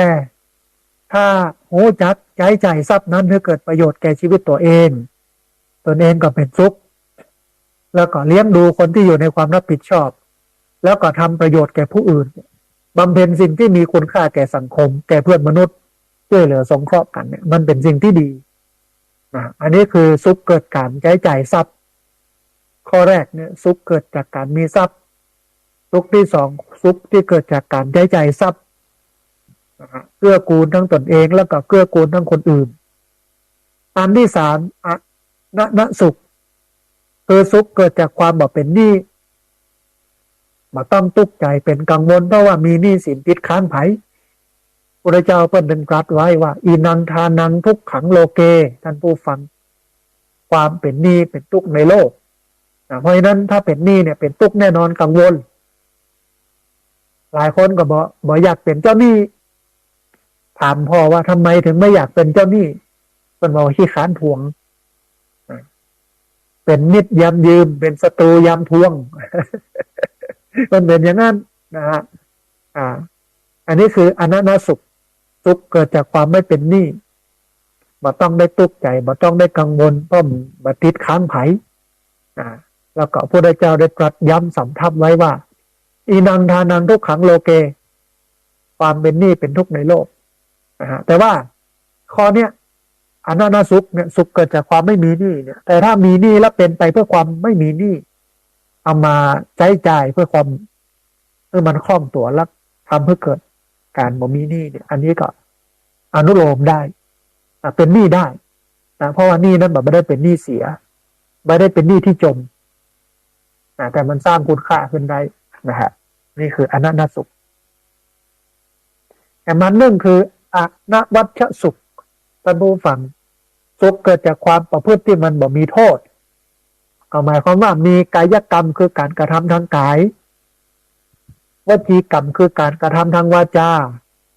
มโนกรรมคือการกระทำทางใจที่มันสุจริตไขติเตียนบ่ได้มันบริสุทธิ์สะอาดมีความมั่นใจในการดำเนินชีวิตของตัวเองอันนี้คือ4อย่างที่เป็นสุขของชาวบ้านสุขของคฤหัสถ์ที่เกิดจากการมีทรัพย์หรือการใช้ทรัพย์ท่านผู้ฟังจากที่อู้มาทั้งหมดทั้งปวงเนี้ยจะหันว่าพระพุทธศาสนานั้นเนี่ยมีลักษณะที่น่าสังเกตอย่างหนึ่งก็คือจะมองเรื่องเศรษฐกิจนี้เป็นส่วนหนึ่งของการดำเนินชีวิตซึ่งนอกจากจะมีความเป็นอยู่ดีทางด้านเศรษฐกิจแล้วก็ต้องมีคุณค่าของชีวิตด้านอื่นๆโดยเฉพาะจะมองพอว่าความเป็นอยู่ดีทางเศรษฐกิจนั้นเนี่ยมันไปสัมพันธ์กับชีวิตด้านอื่นรวมทั้งด้านจิตใจอย่างใดส่งเสริมเกื้อกูลกันอย่างใดจะต้องรวมถึงกันทั้งหมดตามหลักการที่กล่าวมาแล้วท่านผู้ฟังก็คือเป็นสิ่งที่เชื่อมโยงอิงอาศัยซึ่งกันและกันนอกจากนั้นก็มีคำสอนเป็นส่วนรายละเอียดเล็กๆน้อยๆเกี่ยวข้องกับการดำเนินธุรกิจบางแง่บางมุมแทรกอยู่เป็นแห่งๆเป็นที่กระจายไปเช่นลักที่เพิ่นฮ้องว่าปาปะนิกะธรรมลักคำนี้ก็คือปาปะนิกะธรรมเนี่ยได้กล่าวถึงนักการค้าหรือว่าคนที่คนที่ประกอบธุรกิจว่าต้องมีลักษณะอย่างใดจึงจะประกอบธุรกิจได้ดีบางที่ก็ตรัสถึงเรื่องอบายมุขคือปากทางแห่งความเสื่อมว่าเป็นหนทางที่ทำให้โภคทรัพย์หรือว่าทรัพย์สินเนี่ยที่เรามีเนี่ยมันสูญหายไปเสื่อมสลายไปแล้วก็มีสิ่งที่ฮ้องว่าพุทธศาสนสุภาษิตซึ่งเป็นคำสอนคำแนะนำให้ขยันหมั่นเพียรคือรู้จักประกอบสัมมาอาชีพรู้จักแยกการทำงานรู้จักปฏิบัติต่อทรัพย์เช่นว่าปฏิรูปการีอุระวาอัตถาตาวิทะเตทะนังแปลว่าขยันเอาธุระทำเหมาะจังวะย่อมหาทรัพย์ได้อันนี้อันแรกอันที่สองทำเมนะวิตะเมสัยยัง หรือว่ามิตะเมสยะแปลว่าพึงหาเลี้ยงชีพโดยทางชอบธรรมแต่มันหนึ่งก็คือปะโยชะเยธรรมิกันโสวะนิชชันแปลว่าพึงประกอบการค้าที่ชอบธรรมท่านผู้ฟังคำสอนที่เป็นพุทธศาสนสุภาษิตหมู่นี้เนี่ยมีมากแห่งมีมากที่ในพระไตรปิฎกกระจัดกระจายกันไปแห่งด้านหนึ่งก็คือคำสอนเกี่ยวกับการปกครองซึ่งแม้ว่าผู้บริหารประเทศหรือว่าผู้รับผิดชอบสังคมโดยรวมบอกว่าจะเป็นคณะรัฐมนตรีบอกว่าจะเป็นอธิบดีปลัดกระทรวงควรจะจัดการเกี่ยวกับเรื่องเศรษฐกิจในสังคมของตัวเก่าอย่างไรเรื่องนี้นะถ้ามีเวลาก็จะเอามามาให้ท่านผู้ฟังได้ฟังแถมนะซึ่งวันนี้ก็พอได้นักพอสมควรเกี่ยวกับพุทธศาสนากับเศรษฐกิจก็ยืนยันว่าพุทธเจ้านั้นบ่ได้ทิ้งคนที่แสวงหาความสุขทั้งโลกตามหลักการของพุทธศาสนาก็คือโลกุตระธรรมนะฮะโลกิยธรรมและโลกุตระธรรมเพราะฉะนั้นท่านผู้ฟังในส่วนของงานเขาซึ่งเป็นชาวพุทธเขาจำเป็นจะต้องเอาหลักธรรมเหล่านี้มาปฏิบัติที่จริงแล้วเนี่ยเรื่องเหล่านี้มันเป็นหน้าที่ของพุทธศาสนิกชนเป็นหน้าที่ของเขาที่เขาจะต้องเอามาปฏิบัติแต่ปัญหาก็คือว่าวันนี้ไม่มีใครเอามาพูดนะฮะมันมีใครเอามาเรื่องโมเนี้ยกับพี่น้องได้ติดตามรับฟังได้พอได้กอยได้ได้ได้สนใจใยดีมันก็ที่จริงมันเป็นสิ่งที่สำคัญนะแต่ปัญหาคือเขาบ่สนใจหลักธรรมเหล่านี้กับมัวไปมองตัวพระว่าพระทำผิดทำโน่นทำนี่บ่เสื่อมศรัทธาบ่เอาแล้วอย่างเงี้ยแต่แทนที่ถ้าเขามุ่งตรงไปที่การศึกษาคำสอนเรียนรู้คำสอนให้ชัดเจนเพราะเขาจะมีความสุขท่านผู้ฟังกับการมีชีวิตอยู่บนฐานธรรมของพระพุทธเจ้าบ่ต้องได้ตกยากลำบากอะไรอย่างเลยนะฮะอันนี้ก็เป็นเรื่องหนึ่งเนาะขณะนี้ท่านผู้ฟังกำลังติดตามรับฟังรายการธรรมาภิวัตน์อันเป็นรายการวิทยุเพื่อการเผยแพร่พระพุทธศาสนาส่งเสริมการศึกษาและพัฒนาสังคมรายการนี้รับผิดชอบโดยอาตมาภาพพระสาธิตชีระปัญโยผู้อำนวยการสถาบันธรรมาภิวัตน์สถาบันเพื่อเผยแพร่พระพุทธศาสนาส่งเสริมการศึกษาและพัฒนาสังคมตั้งอยู่ณที่พักสงฆ์สถาบันธรรมาภิวัตน์บ้านศพเตินตำบลศพปาดอำเภอแม่เมาะจังหวัดลำปางรายการนี้ออกอากาศทุกวันอังคารตั้งแต่เวลา 5:00 ไปจนถึง 7:00 น.เจ้าผ่านทางสถานีวิทยุในเครือข่ายสถานีวิทยุคลื่นสีขาวประชาซึ่งมีอยู่หลายคลื่นหลายสถานีหลายจังหวัดออกอากาศผ่านทาง Facebook Live ซึ่งเป็นไลฟ์สดของสถานีวิทยุวัดฝ่ายหินตะกี้ท่านอาจารย์พระครูสมุวิศวัตรวรกิจโจก็ส่งลิงก์มาให้ตัวต้องกราบขอบพระคุณพระอาจารย์เป็นอย่างสูงนะฮะแล้วก็บันทึกเทปเอาไปออกอากาศผ่านทางสถานีวิทยุเพื่อการศึกษาและพัฒนาอาชีพRadio Network FM 99.50 เมกะเฮิรตซ์ของวิทยาลัยเทคนิคกปป.แม่เมาะทุกวันศุกร์ตั้งแต่เวลา 8:00 น. ถึง 9:00 น. เมื่อเจ้าแล้วก็เอาไปออกผ่านทางเพจ Facebook ของสถาบันธรรมาภิวัตน์ซึ่งช่องทางสุดท้ายต่างหลังนี้ท่านผู้ฟังสามารถไปติดตามรับฟังย้อนหลังไปก๊อปปี้ลิงก์ไปคัดลอกลิงก์ส่งแชร์เอาไปให้กับญาติธรรมทั้งหลาย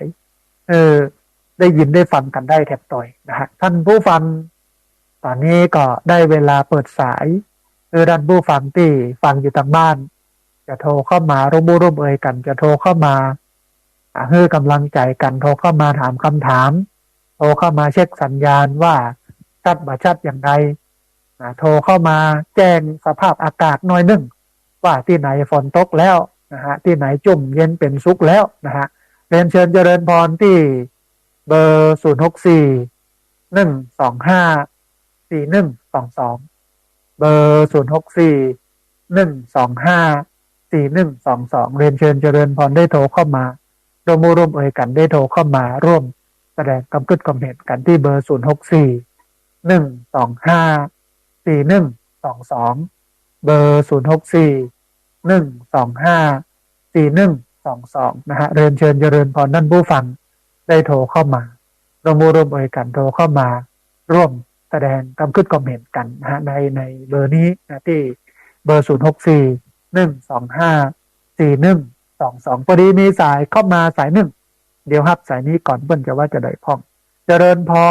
รโอ้สาธุแม่สายทองบ้านห้วยการบ้านห้องละปูนเนาะโอ้ดีแล้วแม่จะได้จุ่มได้เย็นเนาะแม่เนาะหายฮ้อนพ้องแล้วเนาะแม่เนาะดีแล้วแม่ดีแล้วจะได้จุ่มเย็นได้เลยแม่ได้เลย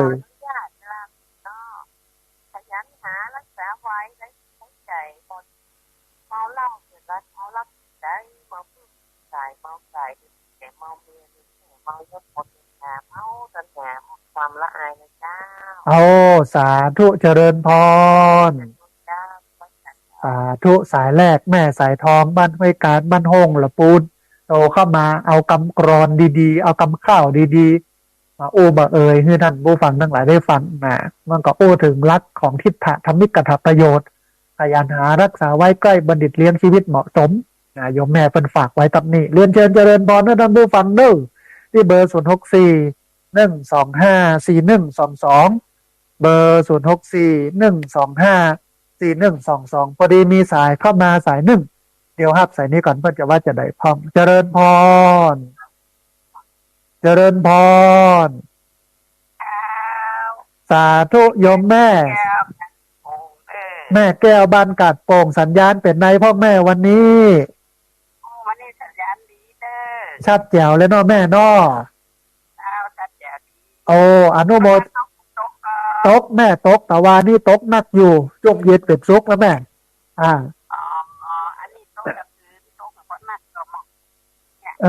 ดีละจะได้สบายเริ่มมาแล้วแม่ฝนนะตอนหลังจากนี้ไปก็จะมีฝนเรื่อยๆเนอะอ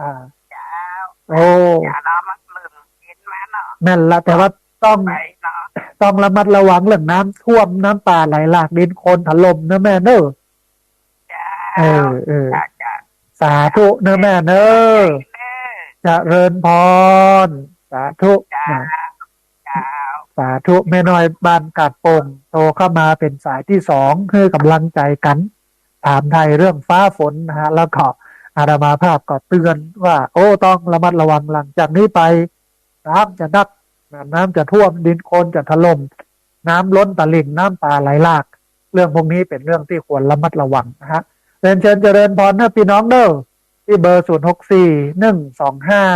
125 4122เบอร์064 125 4122พอดีมีสายเข้ามาสายหนึ่ง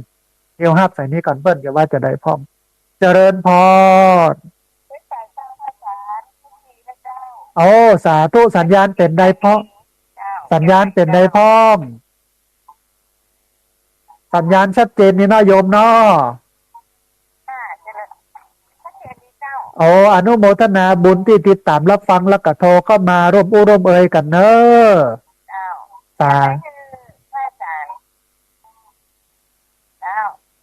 เจริญพรเจริญพร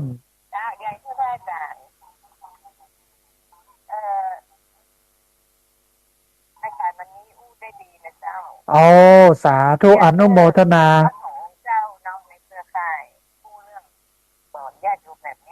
อ่า มันเป็นอย่างที่อยู่กำลังทำอ่าส่วนใหญ่พระเปิ้นไม่ได้อู้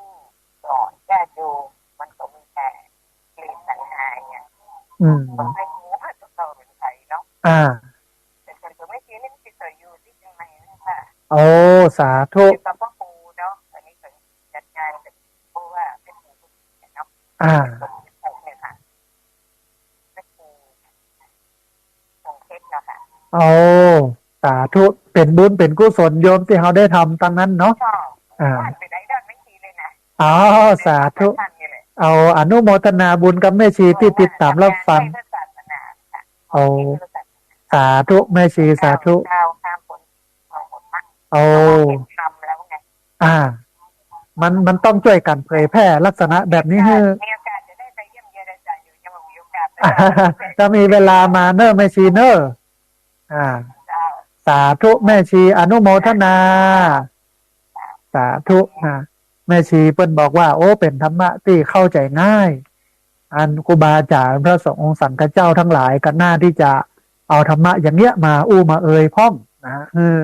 ญาติโยมได้เข้าใจแต่ว่ามันก็เป็นสไตล์ไข่สไตล์มันท่านผู้ฟัง ชอบไข่ชอบมันเนาะนะฮะพอดีมีสายเข้ามาสายหนึ่งเดี๋ยวครับสายนี้ก่อนเปิ้ลจะว่าจะได้พ้องเจริญพรคุณโยมรีวิทยุน้อยหนึ่งเนอะพอดีเสียงมันสะท้อนเข้ามาเนาะรีวิทยุกันหนึ่งนะฮะเจริญพรคุณโยมรีวิทยุกันหนึ่งเนอะพอดีเสียงมันสะท้อนเข้ามานะฮะเจริญพรเจริญพรสายลุดไปโทรเข้ามาใหม่เนอะโยมที่เบอร์064 125 4122เบอร์064 125 4122เรียนเชิญเจริญพรท่านผู้ฟังได้โทรเข้ามาร่วมเอ่ยกันได้โทรเข้ามาร่วมแสดงความคิดความเห็นกันในรายการธรรมาภิวัตน์วันนี้นะครับพอดีมีสายเข้ามาสายหนึ่งเดี๋ยวครับสายนี้ก่อนเปิ้ลจะว่าจะได้พร้อมเจริญพรเอาสัญญาณชัดเจนก่อนโยมแม่โอ้สาธุวันนี้เนื้อหาสาระพอใจได้เนาะแม่เนาะโอ้อนุโมทนาบุญกับแม่ที่ติดตามรับฟังแล้วก็โทรเข้ามาให้กำลังใจกันเนอะสาธุสาธุอนุโมทนาสาธุโยมแม่โทรเข้ามาจากปงยังคกนะฮะบอกว่าสัญญาณชัดเจนดีต้องอนุโมทนาบุญตัวกับโยมแม่ที่ติดตามรับฟังเรียนเชิญเจริญพรนะท่านผู้ฟังเนอะที่เบอร์064 125 4122เบอร์064 125 4122พอดีมีสายเข้ามาสายหนึ่งเดี๋ยวครับสายนี้ก่อนเบิ้ลจะว่าจะได้พ้องเจริญพรเจ้าพระอาจารย์สาธุไม่หลงบ้านบวกเมืองลี้หลับปูนเนาะปูนตุ๊กจะมีทีหนึ่งอันย่างสีจัดเนาะจุ่มเย็นเป็นซุกเนาะเมืองลี้นี่เนาะเจ้าชั่วโมงเจ้าฝนตกนะดีแม่ดีจุ่มเย็นเป็นซุกนะซุกสบายฝนตกฝนหึงมาอีกตกอยู่แม่ตกอยู่นะตกตัวกันแล้วเดี๋ยวนี้จุ่มเย็นอยู่แม่จุ่มเย็นอยู่รักษาสุขภาพเนอะแม่เนอะสาธุเจริญพรสาธุได้กำลังใจจัดหนักไม่หลงบ้านบวกเมืองลี้ละปูนนะฮะโทรเข้ามาเฮ้อกำลังใจกันแล้วก็แจ้งว่าฝนตกอยู่เนอะเมืองลี้นี่นะจุ่มเย็นเป็นสุขเย็นสบายต้องอนุโมทนาบุญตัวกับแม่หลงบ้านบวกเมืองลี้ละปูนเรียนเชิญเจริญพรได้ที่เบอร์064 125 4122เบอร์064 125 4122พอดีมีสายเข้ามาสายหนึ่งเดี๋ยวครับสายนี้ก่อนเปิ้ลจะว่าจะได้พ้องเจริญพรสาพระอาจารย์สาธุโยมป้าฟังจากตังใด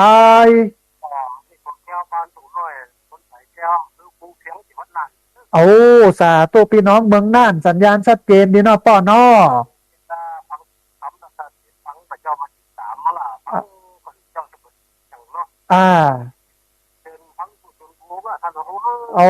สาธุป้อชื่นใจ โอ้ดีป่อดีจะไปละไปลืมกันเนอะฟังตลอดเนอะป่อเนอะตอนแรกผมจะหันผู้ที่คณะมหาสงฆ์ในสถานนี้ไล่เนี่ยผมพอมูนะครับซึ่งเอาอนุโมทนาบุญกับป่อที่เป็นแฟนฟันแท้ในขอพระอาจารย์ยุ่งในความสุขความเจริญผู้ทั้งสมภาษาเป็นเรื่องสาธุป่อสาธุเจริญพรขอมูลนากับพระอาจารย์ยุ่งมีแต่ความสุขพระเจ้าข้างสมภาษาเมื่อเดวดาคู่ของพระอาจารย์เนอสาธุป่อเจริญพรสาธุนะโยมป่อจากอำเภอภูเพียงจังหวัดน่านโทรเข้ามาให้กำลังใจกันต้องอนุโมทนาบุญกับโยมป่อจัดหนักเนอะเป็นเชิญเจริญพรโยมญาติโยมที่ติดตามรับฟังโทรเข้ามาร่วมบุญร่วมเอ่ยกันที่เบอร์064 125 4122เบอร์064 125 4122พอดีมีสายเข้ามาสายหนึ่งเดี๋ยวฮับสายนี้ก่อนเปิ้ลจะว่าจะได้พร้อมเจริญพรเอาสาธุยมเมืองลี้ละปูนเนาะแม่เนาะโอ้สาธุสัญญาณชัดเจนเนาะแม่เนาะชัดเจนดีเจ้าแล้วโทรบอกให้ตอนพอดีสุมาเต้เปิ้นโทรกันนักกันหลายฝนตกขนาดเลยเจ้าโอ้ดีแล้วแม่จุ่มเย็นเป็นสุขโอ้ตกเหมาะตกดีจุ่มเย็นเนาะแม่เนาะเอาอย่างใดก็รักษาสุขภาพเนอะแม่เนอะสาธุแม่สาธุเจริญพรโยมแม่โทรเข้ามาจากเมืองลี้ละปูนโทรเข้ามาแจ้งบอกว่าฝนตกดีตกงามในเมืองลี้จุ่มเย็นเป็นสุขต้องอนุโมทนาบุญกับโยมแม่ตัวเนอะเรียนเชิญเจริญพรท่านผู้ฟังที่เบอร์064 125 4122เบอร์064 125 4122พอดีมีสายเข้ามาสายหนึ่งเดี๋ยวครับสายนี้ก่อนเปิ้ลจะว่าจะได้พร้อมเจริญพรสาธุโยมแม่แนะนำตัวน้อยเมืองลี้ละปูนนะแม่น้อสัญญาณชัดเจนก่อนแม่สัญญาณชัดเจนดีน้อโอ้เจริญพรโยมแม่ฮัลโหลสัญญาณชัดเจนดีเนาะแม่เนาะคุกคักบอกค่อยชัดเนาะโอ้สาธุแม่อันแต่พอฟังหูเรื่องอยู่เนาะสาธุอนุโมทนาบุญเนอะแม่เนอะสาธุเจริญพรโยมแม่จากเมืองลี้โตเข้ามาฮึกกำลังใจกันเหลือเวลา30 นาทีท่านผู้ฟังได้เห็นจัดหลายสายเนอะ30 นาทีนี่นะได้ที่เบอร์064 125 4122เบอร์064 125 4122พอดีมีสายก็มาสายหนึ่งเดี๋ยวฮับสายนี้ก่อนเปิดจะว่าจะได้พร้อมเจริญพรไปศาลเจ้าแม่พันตัดแก้วปากไม้แดงในปุ่งดอยสะเก็ดยังใหม่เจ้าเอาสาธุสัญญาณเป็นในพ่องแม่สัญญาณชัดเจนดีเจ้าแม่ฟังไปทำงานไปแม่จะมานั่งฟังอย่างพวกที่แม่ก็ได้เพราะว่าแม่อยู่ตัวคนเดียวพระอาจารย์เนี่ยการไปตยฟังไปตยเนาะแม่เนาะอันนี้คือเป็นข้อดีของตอนนี้ก็ปล่อยมาพอเย็นพอมาเรื่อยๆนะแม่เนาะไม่ต้นพักต้นหญ้าก็ชุ่มฉ่ำกันเดียวแม่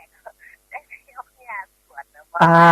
ได้ออกแหงได้ออกกำลังกายมันขอสอนตารางวาได้อันถ้าแม่อยู่คนเดียวไงอันนั้นก็ต้องทำหญ้าขึ้นมาแม่ก็ต้องไปตกหญ้าถอนหญ้าเป็นพุทหญ้าถากหญ้าได้เวลาออกกำลังกายไปตัวในตัวเนาะแม่เนาะออกทุกวันนะแม่ดีอันมันแห้งแล้งเนี่ยแม่รดน้ำสวนวันละ2 ชั่วโมงค่าน้ำเดือนละ2,500ค่าน้ำขึ้นเลยเนาะมีเงินเดือนแค่600กับ300 บาทจนแค่นั้นนะว่าอาจารย์อย่างใดก็ต้องพออันก็น้องว่าบริหารจัดการเนอะดีเนอะแม่เนอะอนุโมทนาบุญกับโยมแม่จัดหนักเนอะแม่เนอะกำลังใจให้อาจารย์ตลอดฟังตลอดถ้าไม่ได้ฟังตลอดได้กำลังใจจัดหนักแม่อนุโมทนาสาธุนะ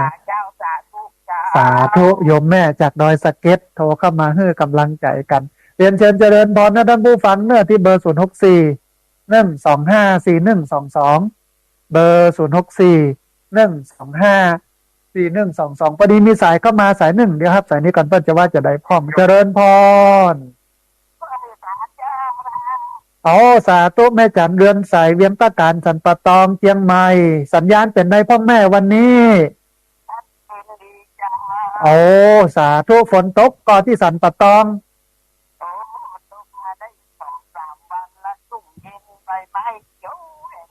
เอาสุขสบายแล้วเนาะแม่เนาะกินน้ำประหยัดถึงไฟแล้วเนาะ แต่ก่อนนี่ราคาน้ำกับไฟถึงสูงนะแม่เนาะแต่บัดเดี๋ยวนี้จมเย็นเป็นสุขละอนุโมทนาบุญกับโยมแม่เนอะที่ติดตามรับฟังแล้วก็โตเข้ามาให้กำลังใจกันเนอะสาธุ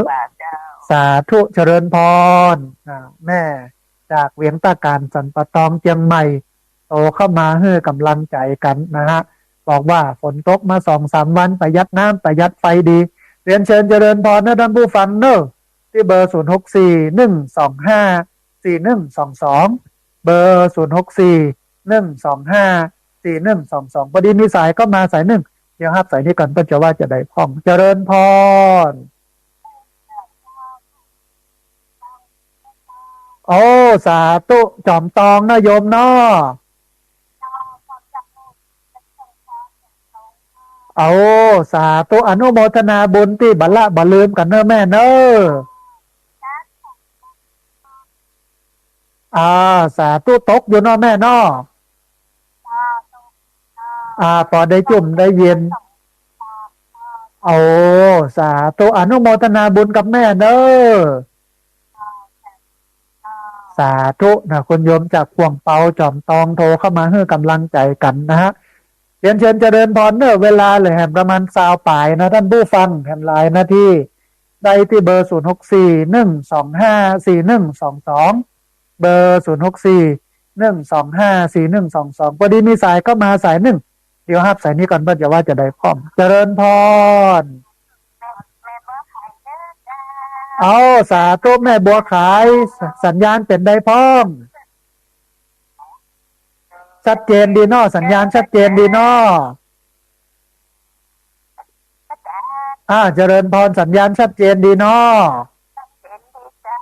เอาอนุโมทนาบุญกับแม่บัวไข่ที่ติดตามรับฟังแล้วก็บัลละบ่ลืมกันเนอะ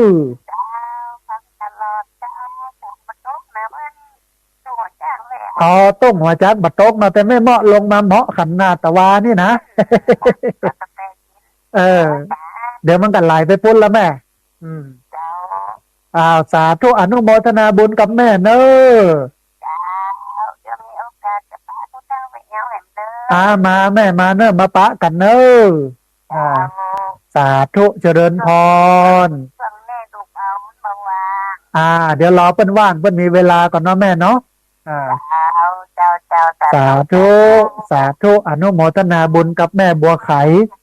โตเข้ามาให้กำลังใจกันแล้วก็บอกว่าเดี๋ยวถ้ามีเวลาอาจจะพาลูกบ่าวพาญาติโยมมาแอวหามาพบกันต้องอนุโมทนาบุญกับแม่บัวไข่ตัวเนอะเรียนเชิญเจริญพรเนอะท่านผู้ฟังเนอะที่เบอร์064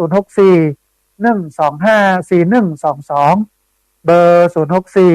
125 4122พอดีมีสายก็มาสายหนึ่งเดี๋ยวครับสายนี้ก่อนเปิ้นจะว่าจะได้พร้อมเจริญพร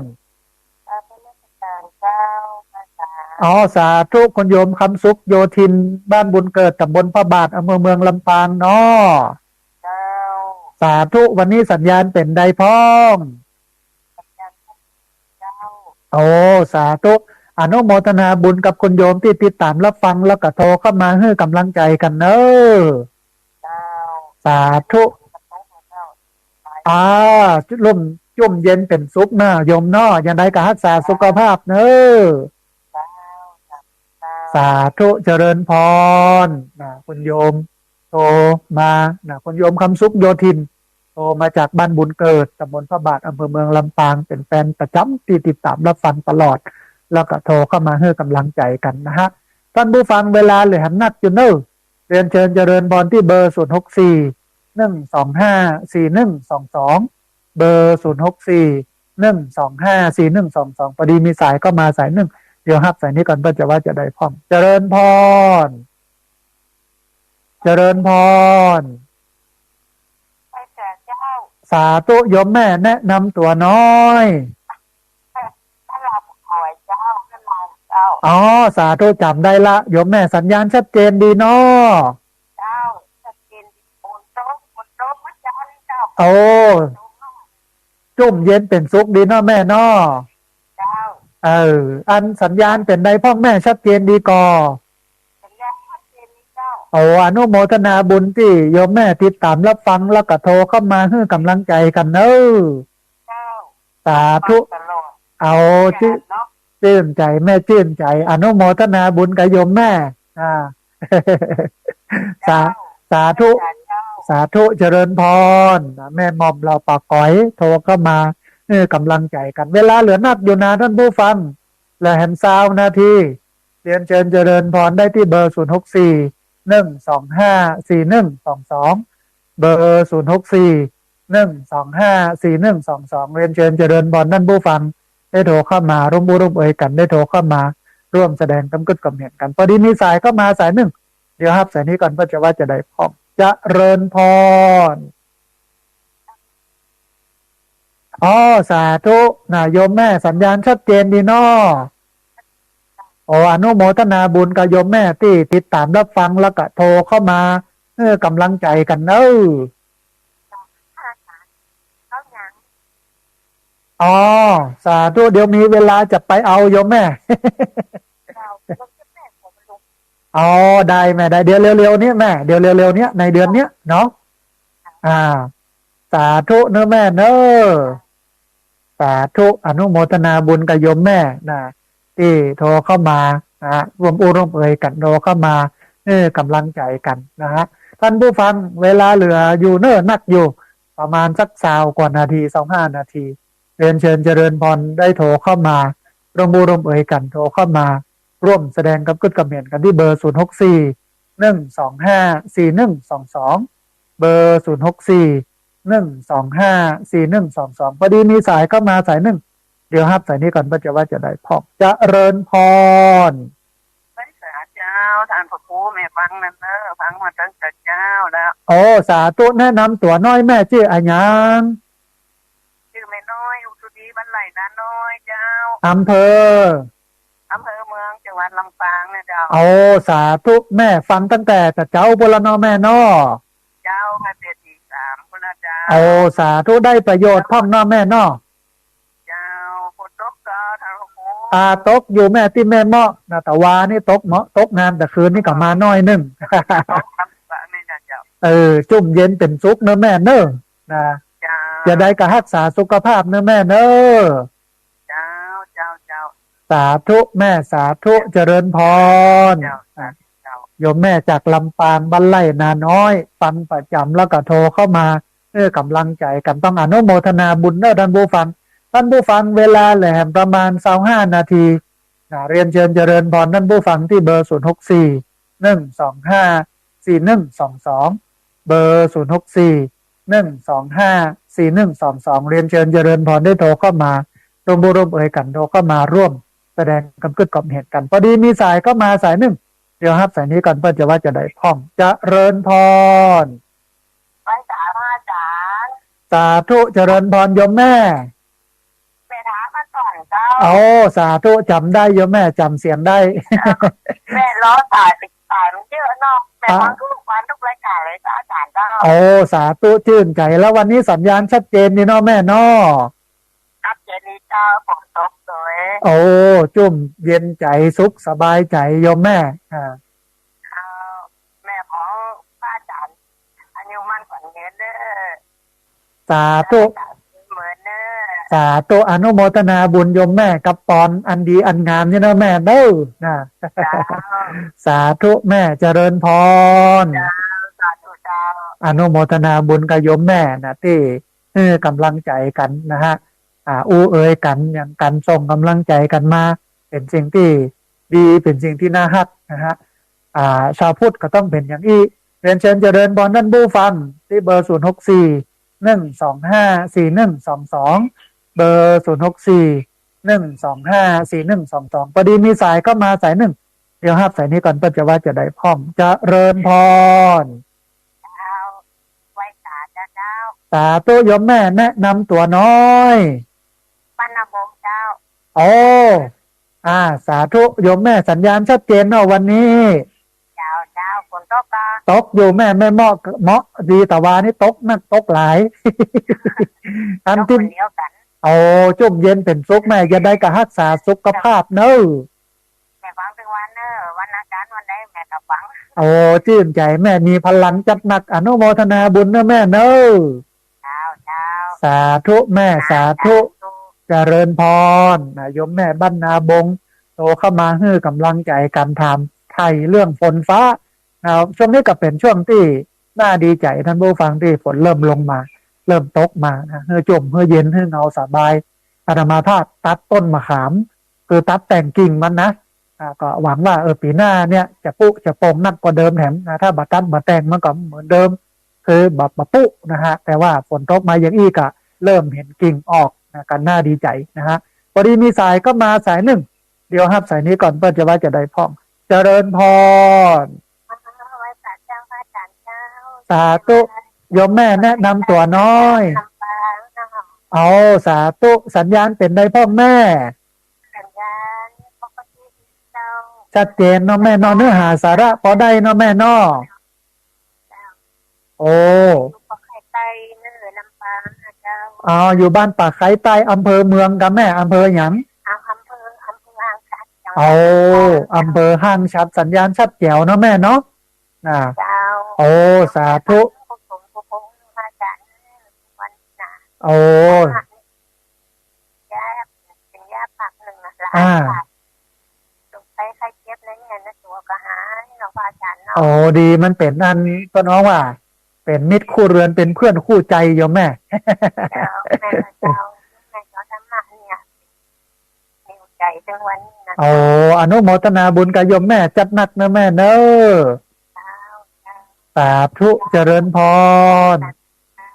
โยมแม่จากห้างชัดลำปางโทรเข้ามาให้กำลังใจกันเรียนเชิญเจริญพรเมื่อเวลาแหลม10 กว่านาทีได้ที่เบอร์0641254122เบอร์0641254122เรียนเชิญเจริญพรได้โทรเข้ามารูปรูปกันโทรเข้ามาร่วมแสดงกับกึศความเห็นกันที่เบอร์0641254122นะฮะวันนี้ได้ธรรมะที่เกี่ยวข้องกับเรื่องเศรษฐกิจเรื่องเงินเรื่องทองพระพุทธศาสนาไม่ได้ปฏิเสธเรื่องโมนี้นะฮะเพราะว่ามันเป็นโลกียธรรมคือธรรมทั้งโลกที่คนทั้งโลกทั้งหลายนั้นสมควรที่จะปฏิบัติเพื่อให้เกิดการบ่มเพาะนำไปสู่โลกุตระธรรมนะฮะพอดีมีสายเข้ามาสายหนึ่งเดี๋ยวสายนี้ก่อนเปิ้ลจะว่าจะได้พร้อมเจริญพรสาธุโยมแม่แนะนำตัวน้อยแม่นิเวศยังมาจากบ้านตองไหวเจ้าจำได้ละโยมแม่นิเวศสัญญาณเป็นในพ่อแม่วันนี้มันก็หายขาดเหมือนกันเจ้าบ่ปอชัดเจนแต่ปอฟังได้เนาะแม่เนาะเจ้าแม่กดจะมา7 โมงแล้วเนอะมันประจันต้องขอสุมาอภัยโยมแม่พอดีคนฟังนักฟังหลายแต่แต่ท้ายที่สุดกลับมาแล้วได้ได้กันแล้วเนาะแม่เนาะเจ้าเรามาเป็นกำลังใจกันเจ้าได้กำลังใจจัดนักเลยโยมแม่ต้องอนุโมทนาบุญกับแม่ที่ติดตามรับฟังแล้วก็โทรเข้ามาให้กำลังใจกันเนอะแม่เนอะเจ้าขอบคุณรักษาเทวดาคุ้มครองท่านนะคะสาธุแม่เหมือนเดียวกันเนอะแม่เนอะเจ้าฝนตกมากันเย็นพอแล้วเนาะจุ่มเนื้อเย็นใจสุขสบายใจดีแม่สาธุแม่อนุโมทนาสาธุนะโยมแม่โทรเข้ามาให้กำลังใจกันนะฮะเรียนเชิญเจริญพรท่านผู้ฟังเนอะที่เบอร์0641254122เบอร์0641254122เรียนเชิญเจริญพรได้โทรเข้ามาตรงบูรุมกันโทรเข้ามาร่วมแสดงความคิดความเห็นกันพอดีมีสายก็มาสายหนึ่งเดี๋ยวสายนี้ก่อนปัจจุบันจะได้พ้องเจริญพรสาธุเจริญพร แม่นโยมแม่แนะนำตัวน้อย พ่อโยมป้อแนะนำตัวน้อย พ่อจะชี้ อยู่ตังใดโยมป้ออยู่ตังใด พ่อจะชี้ อ๋อสาธุสัญญาณชัดเจนนี่เนาะป้อเนาะ ครับผม โอ้อนุโมทนาบุญกับโยมป้อที่ติดตามรับฟังแล้วก็โทรเข้ามาให้กำลังใจกันเนอะ โอ้โทษจับเมื่อแล้วมันมาตีกัน ต้องขอสุมาอภัยพอดีโยมเป็นฟังกันนักกันหลายโทรเข้ามาเยอะโยมป้อนะ สาธุอนุโมทนาบุญกับโยมป้อเนอะสาธุโยมป้ออนุโมทนาบุญที่โทรเข้ามาให้กำลังใจกันเหลือเวลา10 กว่านาทีท่านผู้ฟังเรียนเชิญเจริญพรที่เบอร์064 125 4122เบอร์064 125 4122พอดีมีสายเข้ามาสายหนึ่งเดี๋ยวหับสายนี้ก่อนเพื่อจะว่าจะได้พร้อมเจริญพร จ้าไม่จ้าจ้า เอาสาธุโยมแม่เป็นได้พ้องฟ้าฝน คนว่าตกมาละ2-3 วันนี้แล้วก็อันนี้ก็ชี้มือทึบๆมา เอาสีมืดครึ้มๆนะแม่นอนะ เจ้า อันสัญญาณเป็นได้พ้องแม่วันนี้ ต้องทำมาวันนี้นะ เข้าใจชัดเจนนี่นอแม่นอ เจ้าและจากชัดเจนจะฟังเข้าใจดีเนาะ โอ้อนุโมทนาบุญกับโยมแม่ที่ติดตามรับฟังแล้วก็โทรเข้ามาร่วมอุรมเอ่ยกันเนอะแม่เนอะ จ้าเป็นกำลังใจเนอะ ได้กำลังใจจัดหนักอนุโมทนาสาธุนะโยมแม่จากดอยสะเก็ดเทพเสด็จนะโทรเข้ามาให้กำลังใจกันนะฮะเหลือเวลาแห่งบันนักนะท่านผู้ฟังเนอะเรียนเชิญเจริญพรได้ที่เบอร์064 125 4122เบอร์064 125 4122พอดีมีสายเข้ามาสายหนึ่งเดี๋ยวครับสายนี้ก่อนเพื่อจะว่าจะได้พร้อมเจริญพร จ้าเจ้า สาธุโยมแม่สัญญาณเป็นได้พร้อม สัญญาเทศอันนี้ดีจ้าจ้า อ๋อชัดเจนดีเนอนะแม่น้อยบ้านตาโทกนะแม่นอ แต่น้อยจะโทษแบบ จำได้แม่จำได้สัญญาณชัดเจนดีนะ จะ